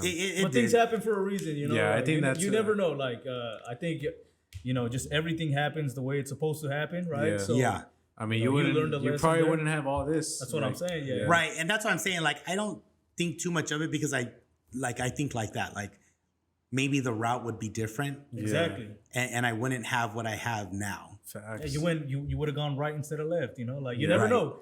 That's Correct. the thing. That's how life is, You can literally go out the street instead of making a left turn, you make a right Right. turn. Your whole life is different. That's Right? facts. So That's facts. that's exactly how it is. His name's Josh Barnett. Josh Barnett. Okay. Josh Barnett. That was when I met Josh Oh Barnett. shit! All right. Josh Barnett was the one who cracked my neck and made me feel a hell of a lot better. Shout out to him. Shout out to Josh Josh Barnett for sure. It was funny too because I met him later on. Damn. I was at a show for my brother. My brother was on Lucha Underground. It was a TV series for wrestling, pro wrestling. Shit. And I went to the taping, and everyone was all like surrounding him because he was there in the audience, and he had the girls from Ultimate Fighter. I forget her name, Raquel. I forgot her name. Pennington. Raquel Pennington. It was Josh Barnett and another one of the girls because they all trained together. And me and my dad, we sat in front of them, and I didn't know who it was behind us, but I saw people kept taking pictures with somebody, and I was like, what the hell? And then he was like, one of the guys was like, hey, why are you here? And he said, oh, I'm here to see my boy. He's like, oh, who's your boy? And he's like, my boy Reyes, Ricky Reyes. And that was my brother's stage name, was Ricky Reyes. And I turned around, and I'm like, what the hell? And then I saw it was Josh Barnett and Raquel Pennington and all them. And I was like, hey, you're here to see Reyes? He's like, yeah. I go, that's my brother. He goes, oh, no shit. He's like, yeah. And then I was like, I met you before you cracked my neck. It was funny. He's like, you cracked my neck and I got fucking knocked out. And he was like, no shit. He's like, oh, you feel better? I'm like, yeah. Not from the knockout, but I feel better after you cracked my neck. What a reunion, right? Yeah, it was a weird reunion. I was like, crazy. all right. But yeah, that's what it was. crazy. Josh Barnett. Josh Barnett, yeah, fuck yeah. He's a cool That's guy. dope, He's actually yeah. a really cool guy. So is there anyone that you look, so you never watched like fighting, like even before you even started training? Yeah, I used to watch Pride. Oh, Pride, that's it? Yeah, that was the only thing I used to watch. That's why even like my tattoo on my leg is the Bushido, because I used to watch Pride and I watched like the Bushido series. That's actually where I got it from. Oh, damn. That's crazy. So I wanted to ask you, like, so as of now, do you think, like, who's your top 5 fighters right now in the UFC right now, you would say? Ooh, top, that's current, that's active? Like, I would say active. I would say active active? because there's a lot of good ones right now. I mean, I would have to put John Jones, right? I would definitely put Charles Oliveira Hell yeah. because he's amazing. Islam, of course. Damn. You know, Unfortunate. No, I'm just yeah. Islam, I would say, yeah. It's kind of You know, I have to say Adesanya, just because he's so dominant. Yeah. You Well, know he's what a I mean? counter fighter too. Like, Yeah, so- and that's why I like his style. And then my 5th one, I don't know. Yeah, it's kind of tough. It's to a be tough honest. one because I would. so you wouldn't I put would help Mighty you out. I Mouse? think I would. Well, I mean, Mighty Mouse is he's not kind of UFC. retired, yeah. No, Yeah. he's on Oh, one. He's on one UFC, yeah. championship. Mighty Mouse I would say would be- Alex yeah. Volkanovski, bro. Yeah. He has to be. yeah, you know what? He has to I be give a up lot of props to Volkanovski. I was going to say that too. He's a fucking beast, man. And I honestly, I think he beat Islam. I think so too. Hey, a I lot think of for people sure. that. Oh yeah. I think the agree with only that. reason why he didn't get it was I think he let himself not get it. Because if you watch that fight, he messed around a lot. The talking, right? Yeah, When he got, like, I'm not gonna lie. like joking around, looking That at kind the of pissed me camera, off too. and Like going, like go, bro. Like just go. Yeah, don't. Why are you like doing that? Like, I think if you would have like actually took it more but I serious. think he knows it. Yeah. I think he knows that. I think that's why he wants to fight again. He wants a Okay. rematch. And I hope they do. I'm ready for because that. He'll Yeah, I win. wanna see. Yeah, he'll win. Yeah. I don't even think Islam would want that. Would want the rematch, I right? don't Because think he's so. already calling Well, out Islam like versus- Leon Edwards, Yeah, Kobe. he shouldn't. He shouldn't. Yeah. Honestly, if Islam's smart, fuck Volkanovski. Because So that's like a really unbiased like answer because you put Islam on top of Volkanovski. So Well, Islam is fighting Charles too. Like Yeah. you had Charles up yeah. there. yeah. I like Charles. So- Like even Charles Oliveira, I don't know what happened with him on that fight. I'm because I saying- don't- He's I like, that know wasn't why- me. I wasn't in there. Yeah, because I don't know how he got choked out with a head and arm choke. Yeah, that's crazy. It, Man. it looked like he didn't even try to escape. And it out was of like it. an instant tap. It was right away. Yeah. It was quick. That's what I'm saying. He Like tapped it's- 14 times. They It was counted very He was like- weird. He started Yeah. going crazy. And I I'm don't like, know. what That the- was a weird fight because I was like, no way. You did Yeah. not just get tapped by a head and arm choke. Like he didn't even go to defend the head and arm. Yeah. He just was like you said, he just instantly. It was Yeah. wild. It was wild. It Yeah, was crazy, man. I don't know. I don't know if he said fuck it, I'll get him back. So the rematch then, like, who do The you have? rematch, I'm gonna go for Charles Oliveira. Yeah, I'm gonna get same, Charles, too. same. Yeah, Hell I think for sure Charles Oliveira because I think he'll come back stronger, Yeah. and I think I mean, he you knows. saw what he did to what's his name, Yeah, Benio. he's a beast, Dariush? dude. Yeah, I've always liked Oliveira. he for a destroyed long him. time. Like It's crazy though, right? Like in the beginning, like he could not take hits. Like No, it's crazy. Yeah, but he now would- it's like yeah. he needs to get knocked down. For him to wake like up, to, activate, like, right? Yeah. Like once you see him like go like that, it's like all right, It's over, this bro. is where it Like- starts. Like people go, oh no, and I'm like, oh, he's just getting Yeah, I more feel like, now. oh yeah. Wait, he's gonna get it right now. Yeah. And sure enough, he does. Because Because even on nobody his, wants to go down and like. yeah, because even on face his him. back, he's like, he's good. He's like, okay, Yeah. let's go. Yep. And then the way he pops up is just so unreal. Just get Facts. He doesn't need to like get up a certain way. He literally will get up with his legs, Yeah. and that's pretty crazy. I like it. I like the way he bounces his leg like Yeah. all the time. Yeah. Mhm. You know, and he just moves forward. He's sharp too. He's Yeah. sharp. His striking the is very sharp. teeps, the striking. Yeah. So speaking of Islam, he's calling out 170 Leon Edwards versus Kobe. Yeah. Do you think Yep. he could win that? Yeah, I think so. Too. for sure. Yeah, I think so too. I don't think Leon. Obviously, Leon has no wrestling. He's Yeah. been working it. But to say like Usman had better wrestling than him, Yeah. and you're gonna go against someone like Islam with the wrestling, I don't care about the weight discrepancy. No. Yeah, me neither. I don't think that would. I think that would just be like Islam nonstop shooting, Facts. Exactly. shooting, taking him down, pressure, punching, shooting, taking him down, pressure, and Leon. He Yeah. cannot come on. He dies Yeah. out. He'll crumble. He dies He'll out crumble. in an all His striking cardio's match. bad. He'll Yeah. crumble. Yeah. Yeah, he'll In crumble. an all striking match, he gets tired. That's So the imagine thing. that. That's the thing too, though. So say Kobe wins that, so it might be Kobe versus Islam. If it's now, that. I That's a think good- that's a that good would be a question. fun fight to Yeah, watch. that's a good question. Just Yeah, because, I mean, Kobe does have good wrestling. Yep. So I think that would be a way better matchup, would be Kobe and Islam. I don't think Leon, Yeah. I mean, Islam would want it because it would make him way higher up Yeah. because he would destroy him. Mhm. And then he'd be like, look, you see? Yeah. Facts. You know what I mean? I Yeah, smash But you put everybody. somebody against him like with Kobe where he can, go ahead and try to take me down. I'm not worried about it. See, the problem with Leon is that he's going to fight with the mentality of defending takedowns. Defending right. takedowns. Where that's Kobe facts. is going to be like, let's go. Yeah. Try I can, it. like, Yeah. Try it. Yeah. Facts. And even Charles Oliveira, he had that mentality. That's why he was striking. Yeah. Because even Oliveira said, I'm better than him on the ground. Mm-hmm. So that's why he was like, whatever. Well, it is Charles what it was is. doing like a jumpy knee and all that. Yeah, he didn't care. He didn't Yeah. care about. And when you're comfortable, comfortable like that, I mean, look at Habib, right? Habib did not care. He was striking, throwing strikes like that, throwing jumping Crazy knees shit, yeah. because he didn't care. He's like, you're gonna take me down. Facts. Yeah, like let's go, Yeah. let's do it. like good luck, you know. Yeah. I mean, come on, if you were that good at wrestling, like look Yeah. at GSP. He's a good example of when he later in his career when he became like one of the best wrestlers in the UFC. He had no problem standing, That's right. ground. I It agree didn't with matter. that. Yep. Yeah, Did you know that GSP versus Khabib was gonna happen? Like supposed to happen? yeah, with the grappling. Yeah. Not even just- no, on UFC. Oh, you mean like yeah? I know that. I remember when GSP called him out, Yeah. but then he 'Cause- retired. Yeah. But I know that they're talking right now about the grappling. Yeah, Mm. I heard about that. Some sort Yeah. of grappling match at On least. one? Like at least Yeah. some sort of grappling match. on the whole UFC Fight Pass on the Yeah. one grappling. What Yeah, would they're- who would you have had if it happened back then, like GSP versus Khabib? 'Cause Habib.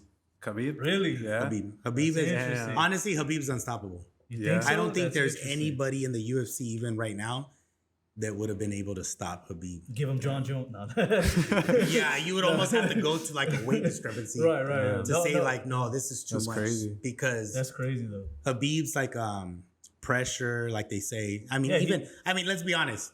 DC even says that. DC. Well, says, DC, I think he's a little bit biased though because he. Yeah, no, and I get that, but what I'm saying is that him training with him. He even admits that he would give him a hard time. Oh, yeah. And you have to understand, DC is an Olympic wrestler. Yeah, he's an Olympic wrestler. So come on. We're not even talking about MMA no more. We're talking about what he does. Yeah. So you're talking about wrestling against wrestling. He's saying he gave him a hard time. So imagine in MMA. Yeah. There's people that are good wrestlers in MMA but never wrestled. So let me ask you this then. When Khabib fought McGregor, you don't think McGregor was defending the takedowns? Hell no. Like not even in the third round. McGregor, not even in the third round. Killed. No, of course he did. No, yeah, but like he was defending some takedowns. You know what? McGregor gave up. You think so? I think so too. Yeah, but what about the third round though? You have to remember too, like Khabib, right? His goal was to smash him. So smash. Yeah, smash. So what happened is, I think that this is my opinion. The game plan was to make him so tired, which is what he did. Yeah. McGregor, like basically to get so tired that he gives up mentally. And I think letting him get back up and coming back down and getting back up, that's tiring. Oh, for if you smash him and collapse him and hold him down and not let him get up, that's not as tiring. But then you let him get up. But if you allow him to work and get up, you have to know how tiring that is, and then take him back down. Yeah. And then let him get back up, and then take him back down. That's a good reasoning right there. That's that's like mental destruction. So I think that's what like the game plan was at Khabib, because he wanted to like pretty much just beat him and make him give up. And I think he did. I think he gave up. McGregor looked like he just was like. So you think that then Khabib kind of let him get up, yeah. Take him down. Yeah, because you're talking about, you're telling me that McGregor had good wrestling defense against Khabib? I think he has good wrestling defense, though. I really do. No. I mean, I don't know. I feel like he does, but I think it was. But more why would he want to strike with like someone like Conor? Like in the third round, at least that was his best. He round. dropped Conor.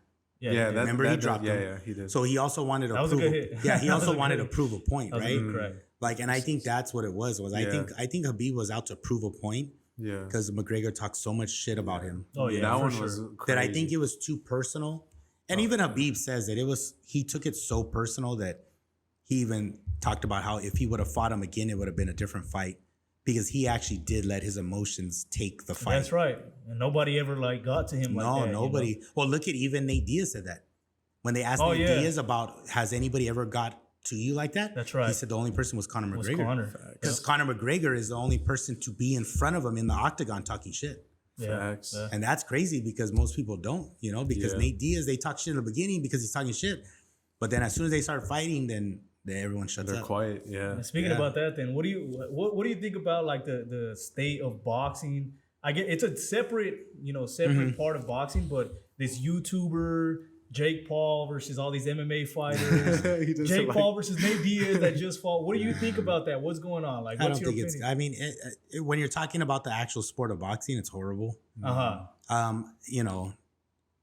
not mad at the real boxers that are upset, because these guys are taking their art serious, where they're like, hey man, I've been boxing since I was 6 years old and I don't even make that kind of money. True. What are we basing money off of? Entertainment. Yeah. So, but then on the flip side, I'm not mad at Jake Paul, because he's doing what he has to do to make that money.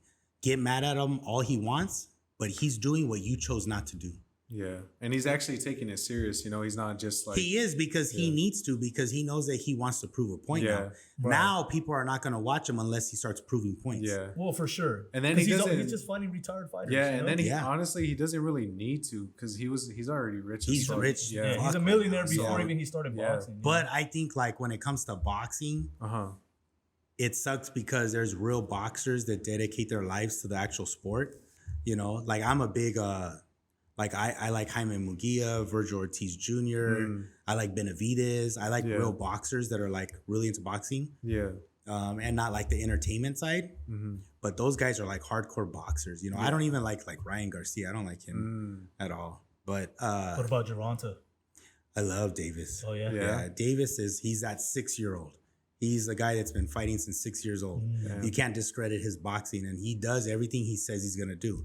You know, like Ryan Garcia. I don't even know how people thought Ryan Garcia was gonna win. Really? I thought he had a chance. I'm not gonna lie. I knew he was the underdog, but I was still going. I had no idea. That's his cousin. Yeah. His cousin. I was so confused when people were telling me like, do you think he has a chance? Like, no. But why? But no. He has a left hook. That's it. He has a left shot. What are you guys talking about? That was the hope I thought like, he had. You have to understand, like, Davis went against Cruz and all these people that have so many different weapons in their arsenal that they could have attacked him with, and they did. And he still had the fight IQ to finish them.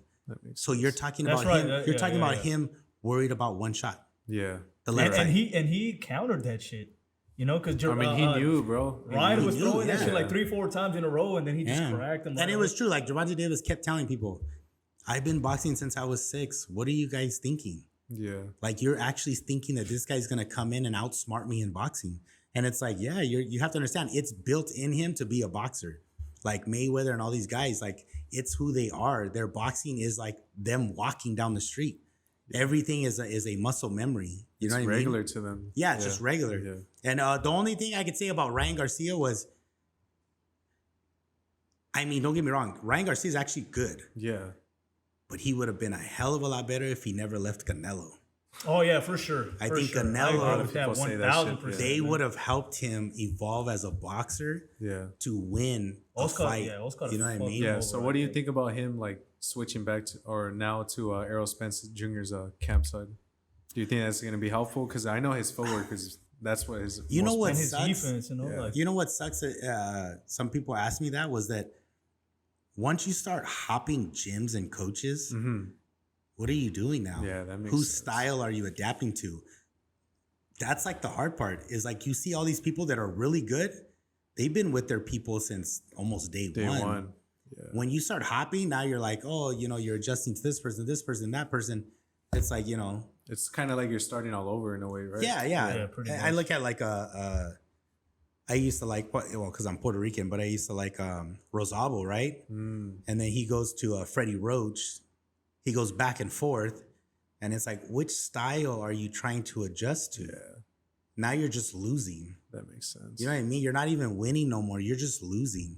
And you're just thinking, what? Well, Freddie Roach is a well-known boxing coach, so I'm going to go back and forth. And it's like, no, you can't. You know what I mean? Yeah.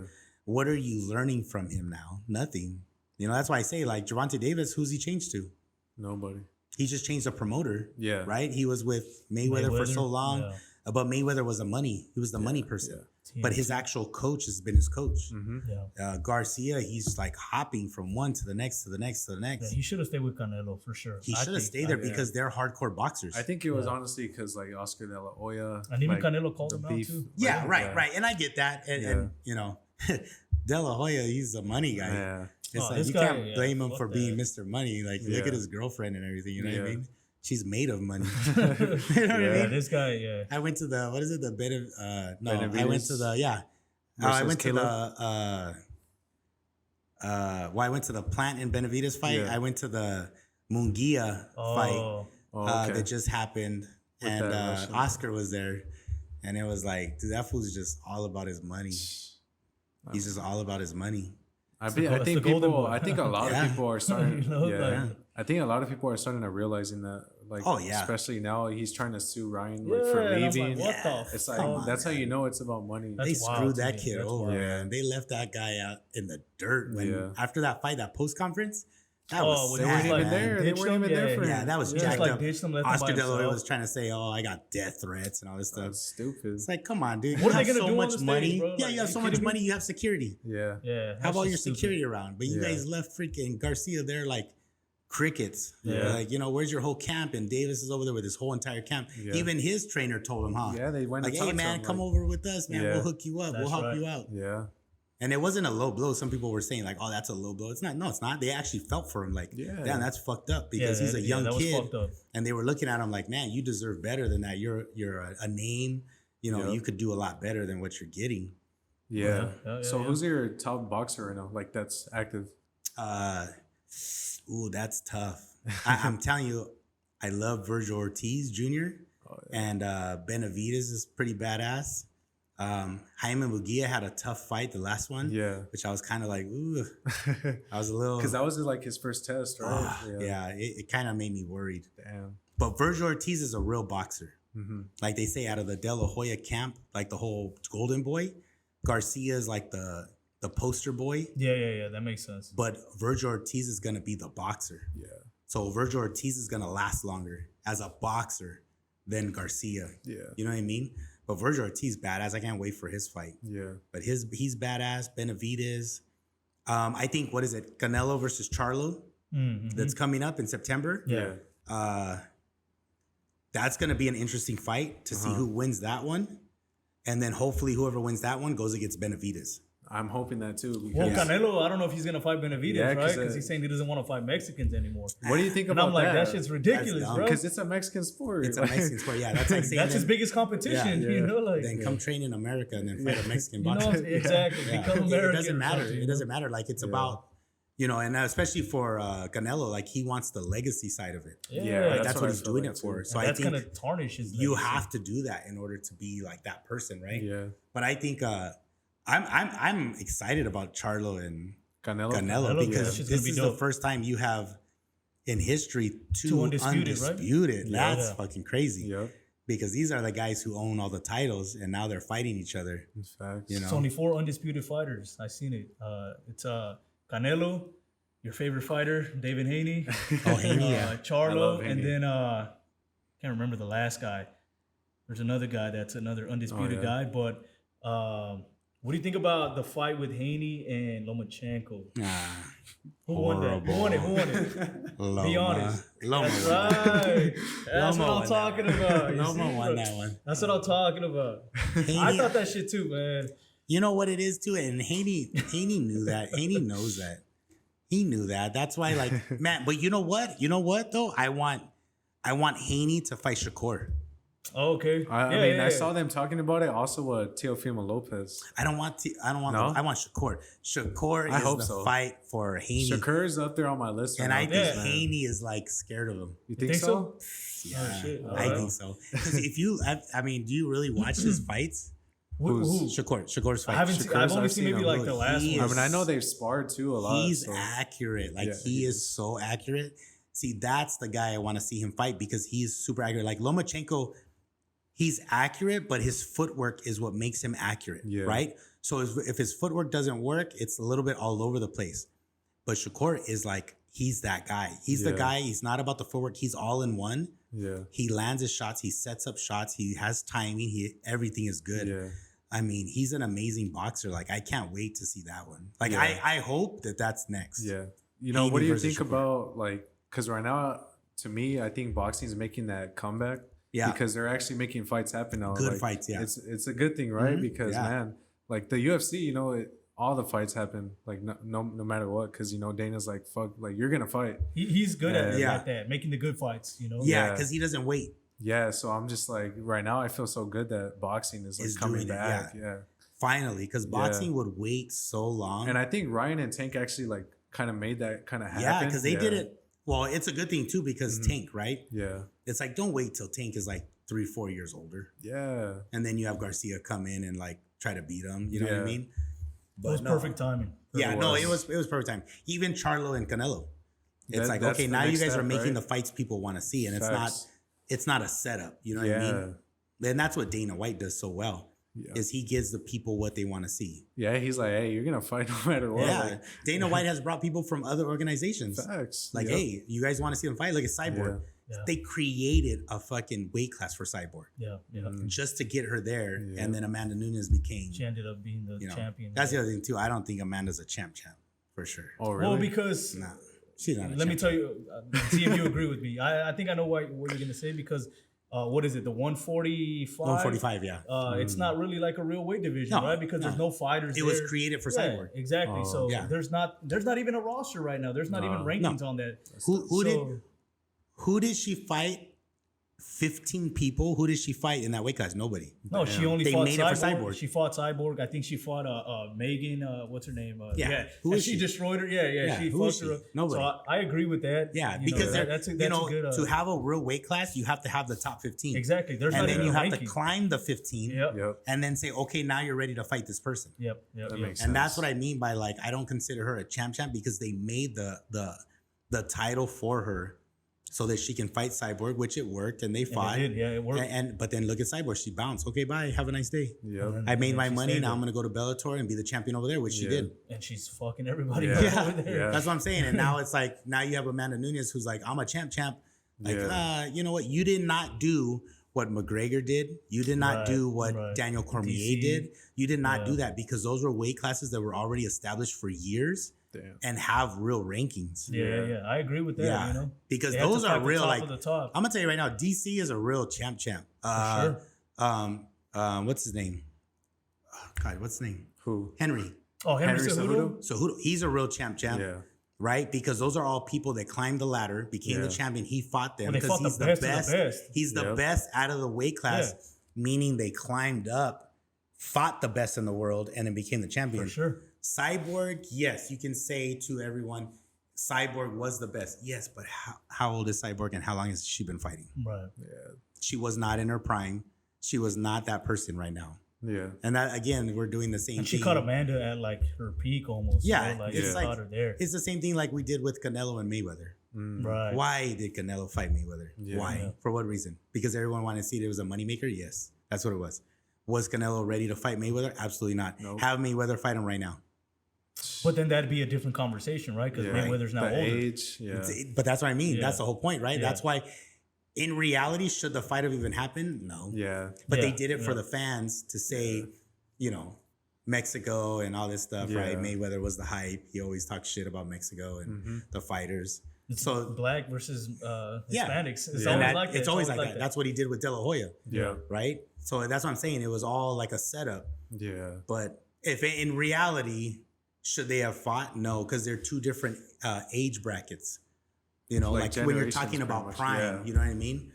That should have never happened. That Now, makes if you a lot put of sense. Canelo at his prime right now at 30 years old, 31 years old against Mayweather at 31 years old and put them together, that would have been a badass Yeah. fight. I agree with that. That makes I agree sense. with that. Yeah. It's like they should have just left it to just comparing them, you know? Yeah, Yeah. for sure. It's like when people compare like Kobe versus MJ, like just compare it. I think just like that instead of like actually making Right. that fight happen. Right. No, for sure. Yeah. So right now, I mean, Dana's going crazy this year, like with the fight cards. The next one is Sugar Sean versus Sterling. Aljamain? Yeah. Aljamain Sterling. Oh, so, yeah. So what do you think about that one? Because I don't know if you're a Sugar Sean fan or you're a Sterling fan. I'm not a Sterling fan, and I'm not really a Sugar Shane fan, Yeah. but Sterling will beat him for sure. Yeah. Let's end the Just podcast. by the wrestling. No, I got Sugar Sean, bro. I don't think I got Sean he's too, but I I don't know think he's he's an ready underdog. for it. the wrestling though, you're saying, right? Yeah, because I think Sterling's gonna be the one that everybody hates. Yeah. Everyone's gonna boo him. Which is It's gonna like- be it's funny, like- right? He's gonna be like the heel, even though he's probably like the It's good like- guy. He's gonna kinda get like booed the- during the fight because he's Yeah. gonna do the boring fight. Yeah. He's gonna go in, he's gonna take him down, and he's gonna just stay like that. But I think he's gonna try and choke him out compared to like I don't know if you've seen the Sandhagen fight that just happened. yeah, That shit was Yeah. boring. yeah. Like No, you know, yeah. there's a difference between wrestling and trying to And he'll go for finish- submissions. yeah. Yeah, 100% Yeah. he will. But I know that that's what the fight's gonna go into. I just hope that Sugar is doing a bunch of wrestling takedown Yeah. defenses because that's what the whole fight's gonna be. It's gonna be Because at the end of the day, you can't say like, "Oh, he's gonna stand up strike." No, he's not. He's not stupid. He has the title. He's not. He's gonna keep his title. yeah. You can't get mad at somebody for sticking to a game plan that's gonna help him keep the title. That's what But he was- that's what I hate about a lot of people. You know, they get mad when people aren't going for like the highlights in a way. You know, Yeah, like yeah, versus like Izzy versus Izzy, Cannonier, they yeah. got pissed like, oh, it was a boring fight, but Right. you know, he's there fighting tactical. man. You know, it's up to the guy Yeah. to win the belt. you know, everybody says things like that, but it's Yeah. like, oh man, get in there, facts. get in there, go across the cage from someone, Yeah. lock that door, That's Yeah. what. Yeah, and you're about to exactly. fight. Yeah. Then tell me what you end up doing. Exactly. You know how many people I've known in my career and being in this industry that I mean, I'm talking about in training, you're like, wow, they're amazing. Look at the way they put it together. Yeah. Striking, takedowns, grappling, ground and pound. Ooh, I can't wait. And then you go watch them and it's like, what just happened? Who is that guy? You know? Yeah. Why did he hesitate? Yeah. Why didn't he do what he did in training? Like there's so many people that like that. It's normal. It's like some people, you know, it's nerves, it's everything. They don't have that. Yeah. Like there's so many people that are so talented in training.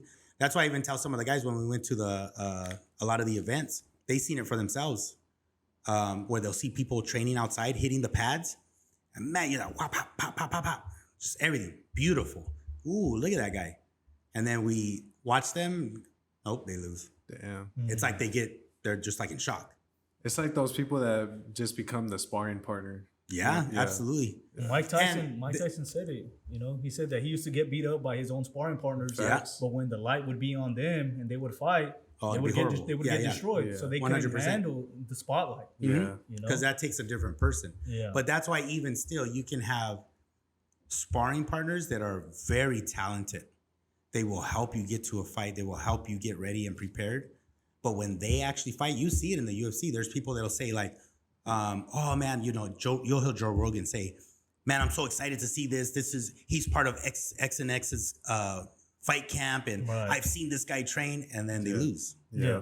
And then it's like, wait, what happened? It's like, well, not again. It's the nerves, it's the media, it's everything that goes with it. Yep. Just like in these little fights that we do, you can ask some of the guys and the girls that fight. They get an adrenaline dump. That's true. All that stuff. They forget some of the things, and it's just like they get into shock. Damn. But that doesn't mean they're not good fighters, because if you train with them, they'll give you the worst time of your life in there. That makes sense. You know what I mean? Yeah. And that's what I mean by sometimes there's people that are like that are very talented. You know, you go to gyms and you'll see like jujitsu practitioners, and you'll be like, this guy is amazing. He's a beast. You know, you'll even see some people come that are well known and they get smashed by them. I remember at Millennia, we used to have people come from Pride and everything. They used to get smashed. Damn. And you'd be like, I can't believe that just happened. But put those same two people together in an MMA fight in front of 60,000 people at the Tokyo Dome.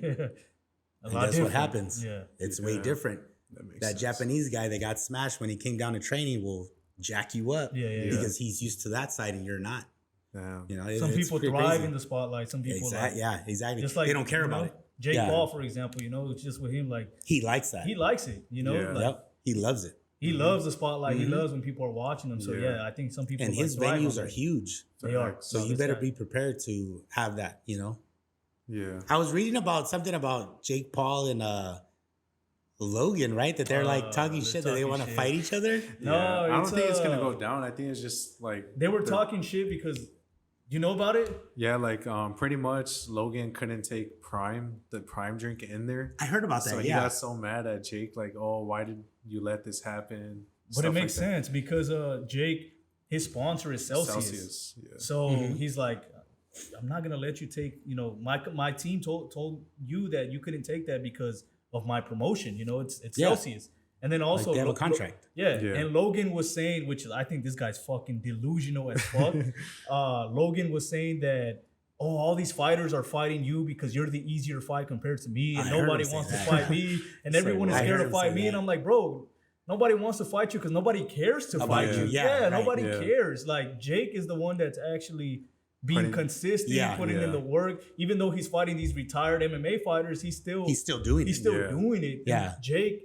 I mean, in Logan, he's in WWE. Yeah, exactly. That's what it is. Yeah, they look at him like, no, you went to WWE. You're not boxing. Like, you know, what are you doing? You know, and he told Jake like, oh, the reason why you fought Nate was because I gave you that fight. And Jake was like, how did you give me that fight? Who are you to even tell me you gave me that fight?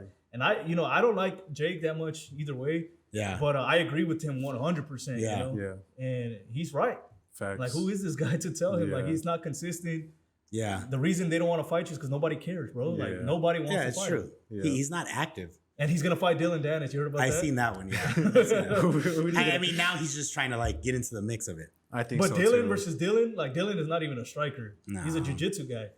And then see, like, things like that, you have to say, like, that's not going to get a lot of traction. Yeah, I don't think so. Yeah, I don't think so either. It's I only think for maybe because the main fight will. KSI. It's because Tommy KSI is Fury. the main fight. He'll get the traction. Yeah. For sure. Like KSI is so popular that whoever he fights, people want to see him. Yeah, it's like He's from, he's from England, right? Yeah. But you have, like the Diaz fight. That's something that people were interested in. They want to see that. You know what I mean? And that's what I'm saying. Like, whatever this guy does, it's going to pop because of course he's, like you said, he's being consistent. He's being active. He's already talking about, I want this next guy or I want a boxer. He wants Canelo in 3 years. Right, yeah. And look at people say that and they're like, you're crazy. But guess what? If he fights him in 3 years, you know how much money he's going to make? Well, Canelo's going to be older too. And Canelo would take it. Yeah. Canelo would take it because of money. He's going to make a shitload of money. And then what are you going to say about him? Nothing, except for he's filthy rich. Yeah. And at the end of the day, that's what he's doing. That's why I don't hate on him at all. Yeah. Like, I get the whole toss-up boxers and all that stuff. But, man, at the end of the day, I'm like, he's basically doing what McGregor did in boxing. But it's separate to like the real boxing, like 100%. Yeah, because he doesn't have like entertainment. I think the only real boxers that he has like Amanda Serrano. Oh yeah, for sure. That was a good ass fucking fight. She's badass. Like she's an actual really good boxer. Yeah. I think she just signed with PFL, right? She did. Yeah, so she just signed with PFL, which will be interesting. Yeah.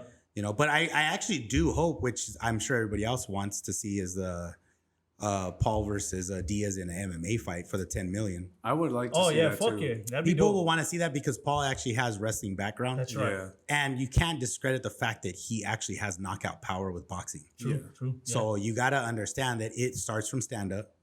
And Nate Diaz does not have takedowns. Yeah, he doesn't even go for them. So that's the thing. That's what I'm scared of. That's the funny thing that people are like kind of like bypassing. It'd be different if Nate Diaz was like a wrestler that learned great jiu-jitsu. He's not. Yeah. When it goes to the ground, it's because they take it to the ground and he's just comfortable. Ended up there, I don't even think, like, why in the hell would Paul even decide to take him down? Exactly. He would just stay wide out, use his length, and just box him with MMA gloves on. And imagine with front, come on, get real. He knocked out Tyron Woodley with boxing gloves. So imagine with MMA gloves, he has knockout power. And he already knocked down Nate Diaz in the boxing fight. He did, yeah. So you have to understand, like, he has the power to knock out Nate Diaz. Yeah. Nate Diaz will just go based off of jiu-jitsu, but then again, he gotta doesn't get him. take down. He gotta shoot. That's what I'm saying. To attach to him. So people are like kind of delusional too, because they're like, "Oh, do it in MMA. It's a different story." But is it really? And I only think if only if he doesn't get knocked out the same way he did it in boxing. Like if Jake gets tired and then Jake tries to wrestle him just like Conor did, then he'll fucking choke your ass out, And they have to understand, till this day, Jake Paul has been doing MMA. He's been training this whole time. So even if he decides, hey, in 6 months, me and Diaz are gonna fight, he's just gonna prepare for all that stuff. He has some good kicks. Remember, you seen like some of the kicks. Yeah, that's what I'm saying. He's not a couch potato, man. Like he's not a YouTuber. He takes it like serious, and he takes it serious. I think he takes it so serious because he wants to prove so many people wrong. Yeah. Because imagine if he fights Nate Diaz and then he beats his ass in MMA. What is that gonna open up? $10 million? Yeah. What is that going to open up? That's going to open up a whole nother world to where even Dana White's going to get pissed. And then he's going to start calling out more UFC fighters and say, you know what? Let's do MMA then. Yeah. Because everyone in MMA looks at him and goes, yeah, but you won't do MMA. Yeah. Okay, if he beats Nate Diaz and then he turns around and says, I challenge any UFC fighter, what's that going to do now? Yeah. I can guarantee you, even UFC fighters are going to go, should I respond or no? Right. Because now you're at risk. But now you're at risk of losing to Paul. So that's when Dana throws like the right fighter, because guess what? Nobody in the championship side of UFC will challenge him. Yeah. Because they're champions. They're making money. Yeah. But the lower end fighters in UFC 100%. Will say, I'll go take money because they're gonna make the same amount of money as the championship fights. Like exactly. They'll make more, maybe even more. They'll make more, way more than that. Yeah. Like Nate Diaz, when they told him, like, hey, what'd you think about Paul's challenge for $10 million? He goes, I'll do it right now. That was a money talk. Yeah. You don't think he'll take that for money right now? Absolutely, 100%. Yeah. You talk to any UFC fighter right now that's under a contract and say, oh, Jake Paul wants to fight you for $5 million right now. They'll be like, when and where? Yeah. You got to cancel your contract with UFC. Okay, Where do I sign? Yeah, because then they'll be done. Out in the parking lot or what's going on? You know, what do they do? They'll go do that, make $5 million, go back and go to Bellator. Yeah, exactly. That's facts. And make money. And PFL, that 1 million PFL, tournament that they even have, PFL, they're getting so big because some good bucks. of that reason too. There's people that are like, man, dude, I could go make $1 million over there. Just win the tournament. Win the tournament, yeah. It's crazy. What do you think about speaking of like the PFL? Francis, he's gonna fight Tyson Fury. I don't like that. That's the one I don't like. The only thing I like about Francis is that he's getting trained by Mike Tyson. Yeah. I just don't know if it's enough time. Obviously, Mike exactly. Tyson is training him because of his power. So he knows him, it takes one. He's teaching him how to like land the one power shot, which is very good and it could happen. I find it kind of weird though that like, what is it? Tyson Fury's dad was like super emotional when he met Mike Tyson for the first time, wherever they're from. I don't know if you saw that interview. I don't remember. I think I seen it on TikTok. But they were interviewed and Tyson Fury actually Tyson Fury's dad talked about how he named him after him. Okay. And I'm like, and now you're training a guy to beat him up. Yeah, exactly. Because he even like, Mike Tyson got emotional. Yeah, he cried. And he got emotional. He started crying. And he was just like, man, I appreciate that. That means a lot to me that you named your kid after me. But now he's going to. And now he's training. But then again, why do you think he's training him? Because of money. Yeah, for sure. Money talk. Francis makes so much. He's like, hey. He needs to teach him head movement, though, I think, because Tyson has like zero head movement. Tyson is going to piece him up, man. Tyson is a boxer. He's a real boxer. That's the thing. Does he have enough time? That's the thing. Like, and even his power, bro. Like, he fought Deontay Wilder like 3 times, man. Come on. Deontay Wilder's probably the hardest puncher in boxing, like heavyweight boxing. Like, man. I look at people like, if Deontay Wilder had the boxing knowledge of Andy Ruiz in his body, I think the fight would be different. Right. For sure. But it's like Wilder, he's not a real boxer. He's not a real boxer. Exactly. Puncher, he just looks for the one punch knockout. And then Andy Ruiz is too small for Tyson Fury to lunge for him. Yeah. But man, if you put his knowledge into Tyson or into Deontay Wilder, man, that would be an amazing fight. That makes a lot of sense. That would be an amazing fight. Because Wilder, he's not really a boxer. No. He's a sloppy puncher, man. He's just going for like, it's just that one punch. Yeah. But Andy Ruiz is so small. He's so short. Yeah. He'd be lunging for him, So, I mean, if Deontay got the one punch, like, maybe Francis could also, I mean, he can. Right. And I think that's what they're looking for. Francis connects it, bro. Like, and then he's training with Mike. So he's going to show him that hip movement, whatever he needs to, like, actually connect that real strong punch. Yeah. But, yeah, I have a question about your merch. Yeah. I wanted just to talk to you about, you getting into that, just like how did you start doing it? What created that? Motive? The motive, the build different and just that slogan and all that. How did you get into that? That's interesting because I started it, 2017. I wanted to create a clothing brand and I was going to like 24-hour fitness. I was working out, but I didn't know really what to call it. And, there's so many name brands out there. So I was like, man, I need something. Yeah. It was funny because I kept saying the same thing over and over because I was like, man, I need something that'll motivate people. You know what I mean? Yeah. And I was like, man, it's got to be a brand that when you see it, people are like, oh, man, that's a motivating brand. And then I was like, or when they wear it and they look at themselves in the mirror while they're working out, it kind of motivates them. So I kept saying motivate over and over and over. And then I was like, it has to do with motivation. So then I just thought like, what if I just abbreviate motivation, just put motive, but without the E and then put the dot, right? Yeah. That's kind of how I came up. I originally called the brand Motive Wear. So I have pictures like on my Instagram, like down at the bottom, it actually says Motive Wear. I had a guy who was like a weightlifter. I had Dave Cryer. He was wearing my shirt on one of my Instagram posts way back in the day. Yeah. He would take it when he was training because I was sponsoring like weightlifters, fighters, things like that. But it was just something that I wanted to have but I wanted it universal. So it was weird because I even got involved in car clubs. Oh, okay. Because I used to be in a car club way back in the day. Yeah. So I got into the car scene and I met this kid. He was like 16 years old. I didn't know he was 16 years old. But this guy on my Instagram was like doing all these car meets. And I hit him up and I was like, hey man, like you throw the car meets? He's like, yeah, I throw them, I get them all gathered up and together. And I was like, okay, cool. I was like, hey, I'm gonna go to one of your car meets. And he goes, yeah, man. And I said, I have a clothing brand that I'm starting. He goes, yeah, cool. I told him I'll give you some clothing. So I met him in Fontana and they had a car meet. And there was about like 40 cars, like all imports. Damn. And I was like, damn. And then this kid comes, this little white kid, he's 16 years old. Holy shit. And that was him. Oh, shit. So I gave him a hoodie and some shirts. Yeah. And then I met this one guy, his Instagram is Ride Worthy, and he had like 16,000 followers. Damn. And I gave him some stuff, and then they started posting it. And my goal was to get the car clubs where it says like motive wear in the front. And then in the back, it was supposed to say, what's your motive? And put the car club. Damn. And like, what's your motive? What motivates you to like fix your car up? Yeah, exactly. And it was going to be like the car club. Yeah. That's dope. So it was weird though, but it was kind of cool to see how like back then, because one day I was out with my girl at the time and I was at the movie theater, and it was funny because I seen some guy, it looked like he was on a date, and he had on like some jeans and some Air Force Ones, and he had the Motive shirt on. Oh shit! I didn't even know who he was.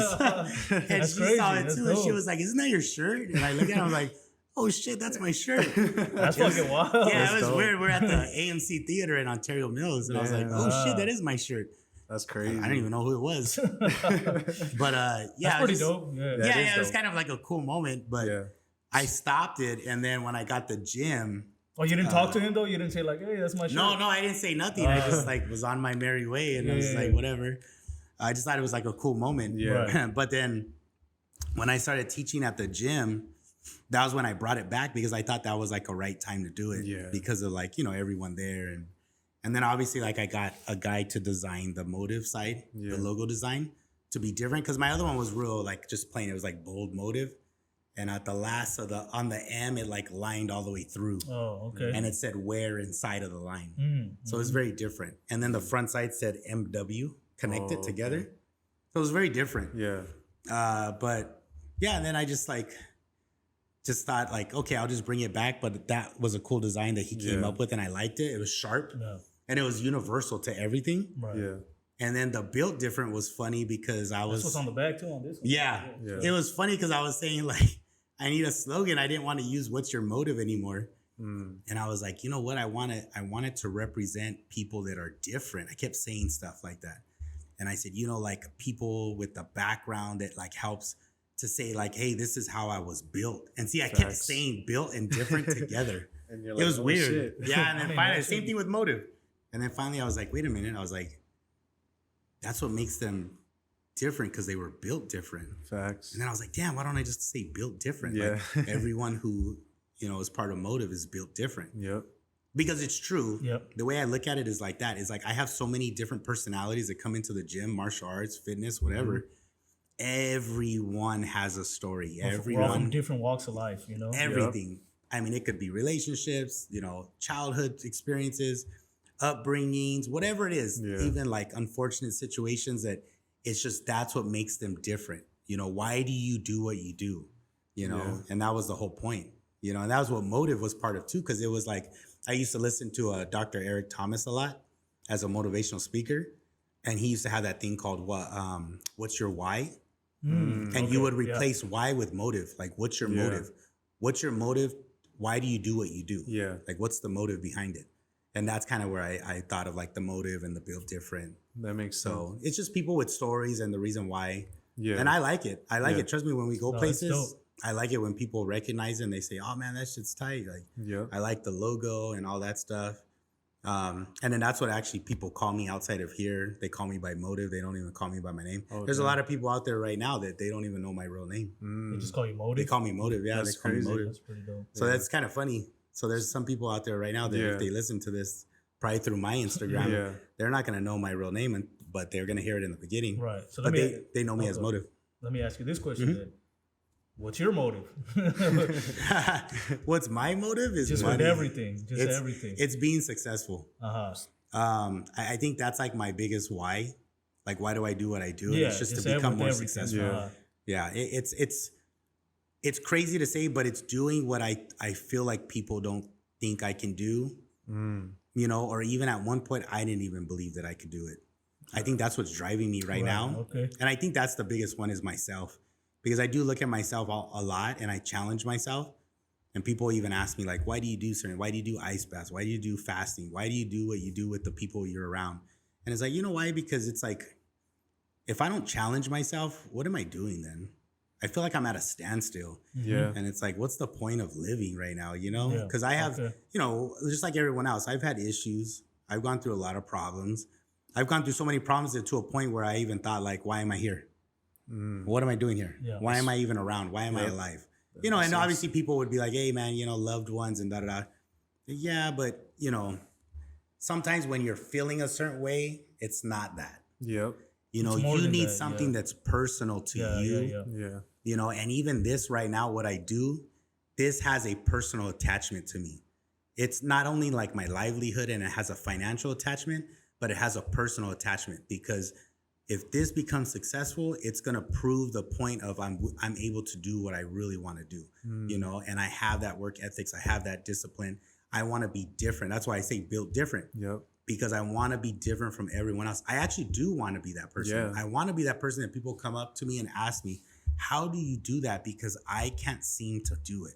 That's fast. You know, and I can give that type of knowledge to somebody and say, well, what is it that you're failing at? What do you think you need? And then they tell me, and then I can tell them. And that's where like the whole honesty comes from, Yeah. where it's like, but they have to be prepared. Prepared. True. You know? Like, please understand though, that if I Yeah. tell you my feedback, I'm not going to sugarcoat. I'm not the person that's going to go, it's okay, don't worry about it. No, Yeah. I'm going to say, why aren't you doing this? Yeah. Well, because stop. That's not a real reason. Yep. Yeah. The You excuses know what I are mean? coming And out, it's like, yeah. that's the harsh reality. Right. Yeah. Well, I have this. That's still not a reason. Yeah. Yeah. You know how many people have that? You know how many people still have that till this day? I have that till this day. That doesn't mean I stop. That doesn't mean I take time out. That doesn't mean, you know, like how people say about working out. What are your days off? I don't have days off. And they ask me that. Well, what days do you take off? I don't. Mm-hmm. What days I take off are days that life has me take it off. Yeah. Yeah. Meaning, I don't know, my car breaks down. I can't work out today.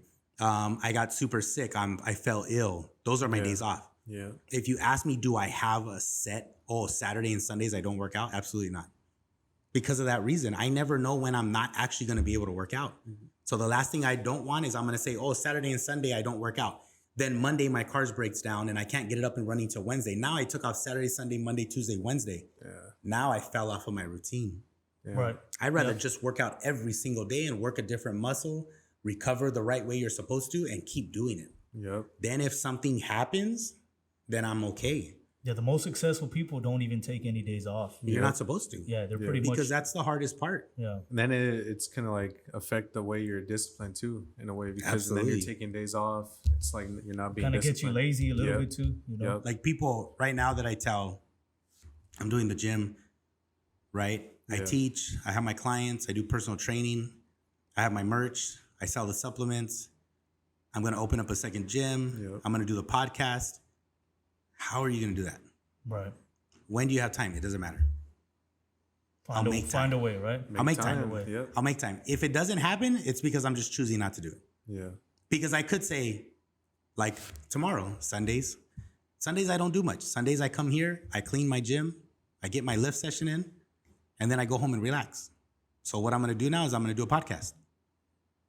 So when is that? When, you know, what's the excuse? Mm-hmm. You know, well, what about your online programming you're doing? Okay, I use my clients. Do you want to be part of it? They say yes. They're helping me, right? I have help. Yeah. So why can't I not do it? Yeah. You know what I mean? I'm just not going to sit there and be like, oh, because of this, and I got to go home and rest, and da-da-da-da-da-da. So then how bad do you really want it? Yeah. And that's a good point. How bad do you really want it, right? Because Yeah. sometimes, you know, even trying to do something, I even come up with excuses myself, and it's like you ask yourself, how bad do you really want it? Yeah. If you wanted it so badly, then you would just do it. No excuses, and 100%. seems like excuses are not in your vocabulary. You man. can't, Like, you're you just know, like, if I start using excuses, I always catch myself. Mm. And you know, like I do watch David Goggins and all that, and I do think like that where I'm like, dude, I could not be his friend because I would suck as a friend. But I'm almost like, but it's almost like he'll lift you up too. my though, goal you would know? be his friend because Yeah. it'd be like, Dude, he even says he says himself that he gets up and he stares at his running shoes for 30 minutes. Right. Yep. I see Like that. 30 minutes. He's like, I don't want to fucking do this. Yeah, right? And it's like, but you have to. And that's the same thing like me. I can wake up, and I actually do have the luxury right now to turn around and say, hey, guys, I'm closing the gym today. Mm-hmm. I'm going to stay home and relax. But why am I going to do that? Well, what is the reason behind it? Did something happen? Did something bad happen that's out of my control that I need to take care of? No. Am I just saying that because I'm like, ooh, man, I'm so stressed out, da da da da da. Well, if I took time out every time I was stressed, then I wouldn't get nothing out of it. Exactly. Right. I'd be like, Gym's closed 24/7. Right. It's like, no, it's like you still get up, you do it, right? Yep. It's the whole point of this is what you're supposed to be doing. Yeah, and I didn't mean to cut you off. No, go ahead. Yeah, Andrew Tate. I don't know if you watch Andrew Tate. Yeah. This guy has talked about, it doesn't matter the way you're feeling, like as a man, if you're happy, sad, mad, depressed, whatever, you still have to show up and do the work regardless of your emotions. Yeah. And that I take that personal too, because I'm like, some days you feel sad or lazy or whatever, but it doesn't matter how you feel. You still have to get up and do what you have to do. And that's just how it is. And you know why? Nobody gives a fuck. Nobody gives a fuck. Exactly. That's the reality. Nobody gives a fuck. They really don't. Because everyone else has their own problems. Exactly. Absolutely. So, yeah. Nobody cares to hear about it. If you want to sit there and go complain about it, that's why I will come in here. I will lock myself in this gym. I will shut the lights off. I'll play my music loud, and I will kill my body. And I kill my body to let it out. I turn back on the lights. I'm done. I go home and I feel a hell of a lot better. Yeah. Because at the end of the day, that's better for me than to go try to find somebody to go cry to and be like, this is how I feel. Da, da, da, da. Do you care? No. They don't. Yeah, and I think for us, and I'm not being like sexist or anything like that, but no one cares about what guys are going through. No, they don't. They don't. They really Nobody don't. does. Women are different because they're more emotional. Even guys tend to care more because it's a female, and they act for sure. as they're caring more because of that reason. They'll take the time to listen. Yeah. But when it's a guy with another guy or anything like that, nobody gives a fuck. Even the women, if you go and talk to them, I feel bad. Okay. Well, anyways, this is what happened. Like, nobody cares. And that's one thing that's like probably a bad idea, Yeah. And that's the thing that men struggle with till this day. Yeah. But that's why I say, like, if you can control that with fitness, martial arts, whatever you're doing, that's the whole point of saying, I don't need people. I don't need people to accept me. I don't need people to say, good job, way to go, because that has to come from yourself. Facts. Because when you succeed and like the gym gets better, the podcast gets more views, you start blowing up, you start getting sponsorships. Those are the rewards that you're looking for, not, oh, hey guys, great job on the podcast. You guys are doing amazing. Okay, thanks. Appreciate it. Yeah. But it's okay, right? It's just okay. That's cool. Yeah. But the reward is gonna be the tail end. The reward is gonna be when you guys start blowing up. The reward is gonna be when you say, hey man, this was all worth it. When you guys are sitting there, not using these and using bottles of something else and saying, boom, 150 episode and look at where we're at now. Hell yeah. Man. You know what I mean? And it's going to be like, this is the success story. And then you guys will be talking about what you guys went through. But that's the same thing as all of us. But the funny thing is like I tell my clients and the members, we're 1% of the world, right? We're the 1%ers because fitness, no one wants to do. Right. Billions of people in this world and we're the 1% of it. Right. And that's crazy to think because fitness is huge, but it tells you how huge the world is. Yep. So if somebody tries to tell you what you want to do is a joke, or you're not fucking Jake Paul and you're not this person who does YouTube, there was a point where people told them that too. Yeah. And now look at them. They're fucking millionaires, YouTubers, Instagram influencers, everybody. It's not a joke anymore. Now it's like a real thing where there's enough people out there that your podcast, your fitness, your online programs, everything can blow up to make you so much money. You just have to be different. You have to be consistent, and you have to have the discipline to keep doing it.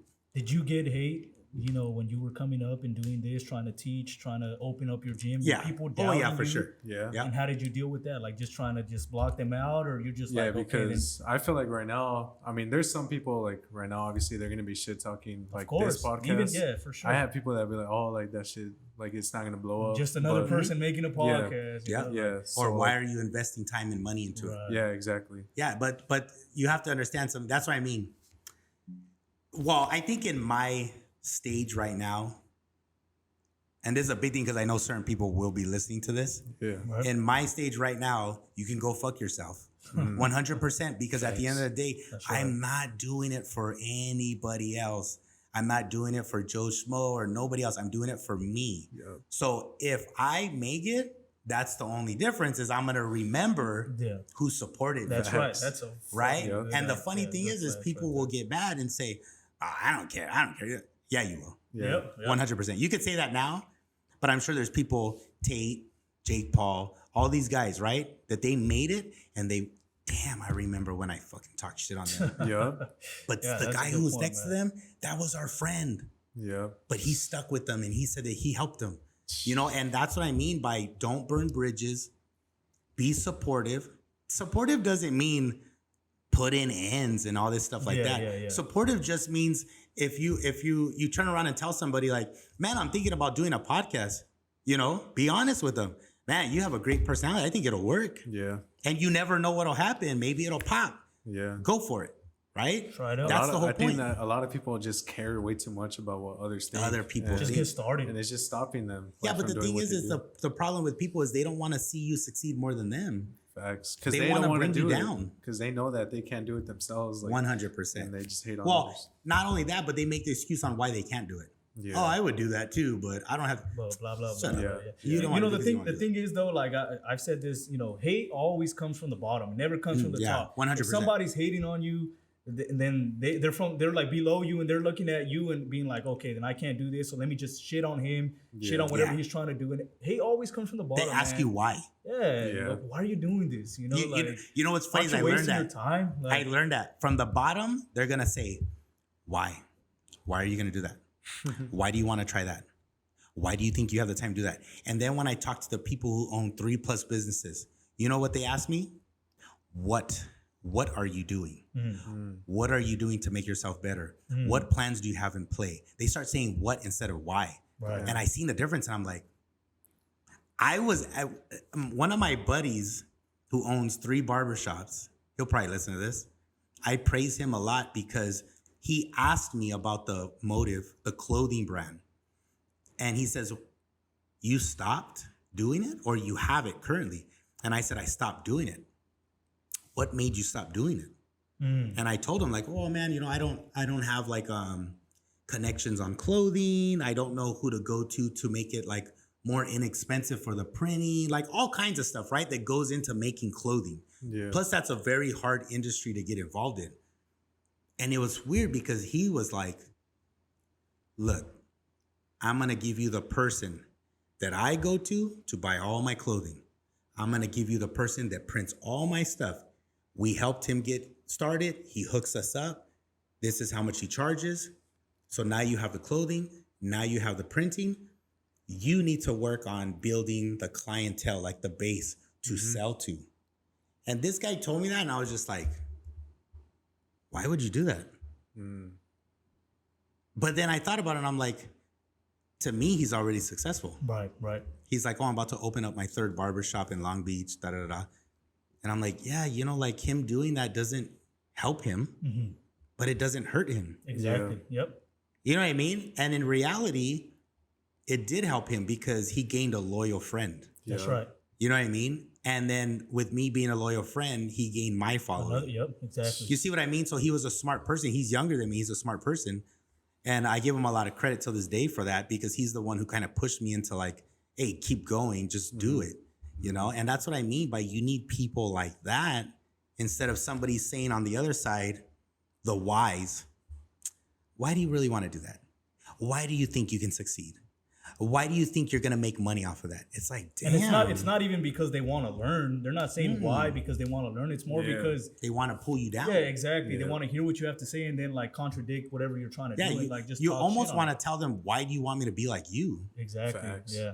Why do you want me to live like you? A lot of the time, the haters are people living lives that you don't want to live anyways. Oh, 100%. Yeah, I've talked to so many people where I'm like, what are you doing? Oh, I have a house in San Bernardino and I own a house in San Bernardino. And, you know, me and my wife, and I'm like, dude, that's not impressive to me at all. Yeah. I'm sorry. I look at, we're just talking here.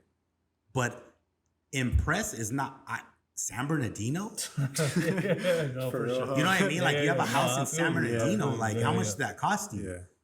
Right? You're a warehouse worker. Yep.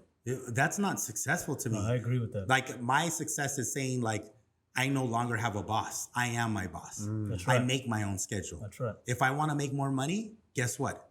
Then I'll go make more money. I need to go do that.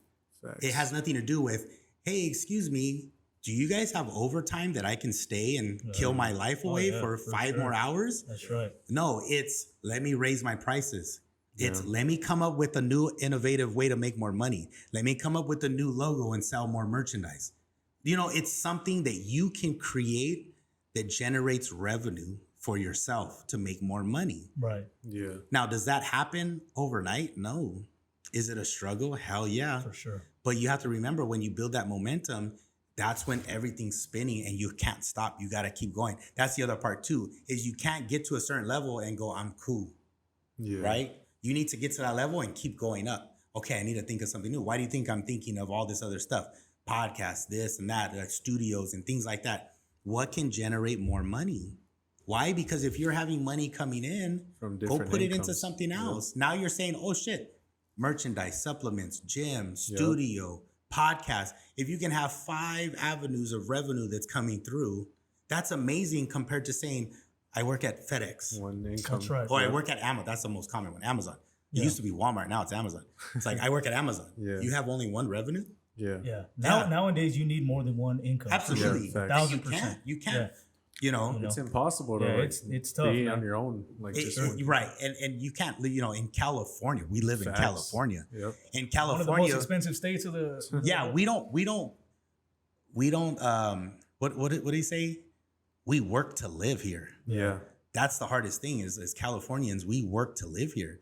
We work and get a paycheck to pay for everything we have. That's Yeah. right. So it's very rare that when people go past, they surpass that amount and they make a real living and a career out of it. And they're able to actually live with their work. That's Facts. totally different. Well, I think if you make even like 100,000 a year in the whole entire country, you're already like top 20%. Yeah. Yeah. So if you make more than that, like you're already going up, Right. up and above, you know. So, Right. Yeah. But so- and that's the thing though, is you need to find different avenues to make more money. That's right. And you can't be scared. You have to be able to be like, fuck it, like let's try it. Let's do it. Yeah. Let's see what happens, you know? Hey, it's a risk. Everything's a risk. You risk. I mean, I get it. Amazon's huge, but I was at a $59 billion company and they just sold half the company. See, look at that. They let go of certain people. Like I worked for the largest CRV recycler pretty much in the world in 2015 and they went out of business. Yeah, that's crazy. Like I literally was like, this place is not going nowhere. Damn. And guess what? I was in the meetings that said, yeah, we're closing down 440 sites. And I was God like, damn. wait, what? I was like, I even told my VP, like, should I be worried? And my VP is actually the one who got me into what I was doing as far as making more money. Because that was in 2015. He's the one who told me, what do you do on the site? Is this all you do? And I was like, this is all I do. I work. Yeah. And he was the one who told me, you need to find something you love to do. That's right. And try to make money off of it.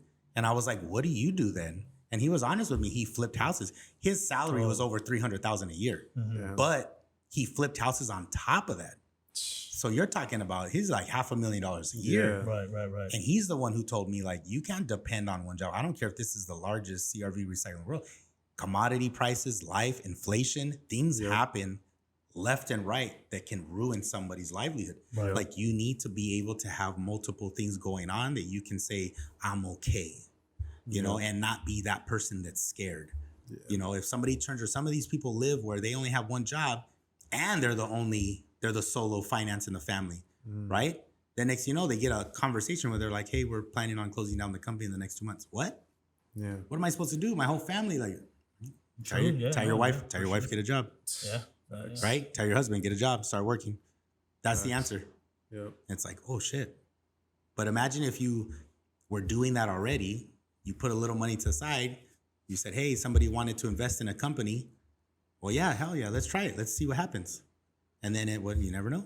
What about real estate? Is that something that you're doing? You're interested in? No, I never got into real estate.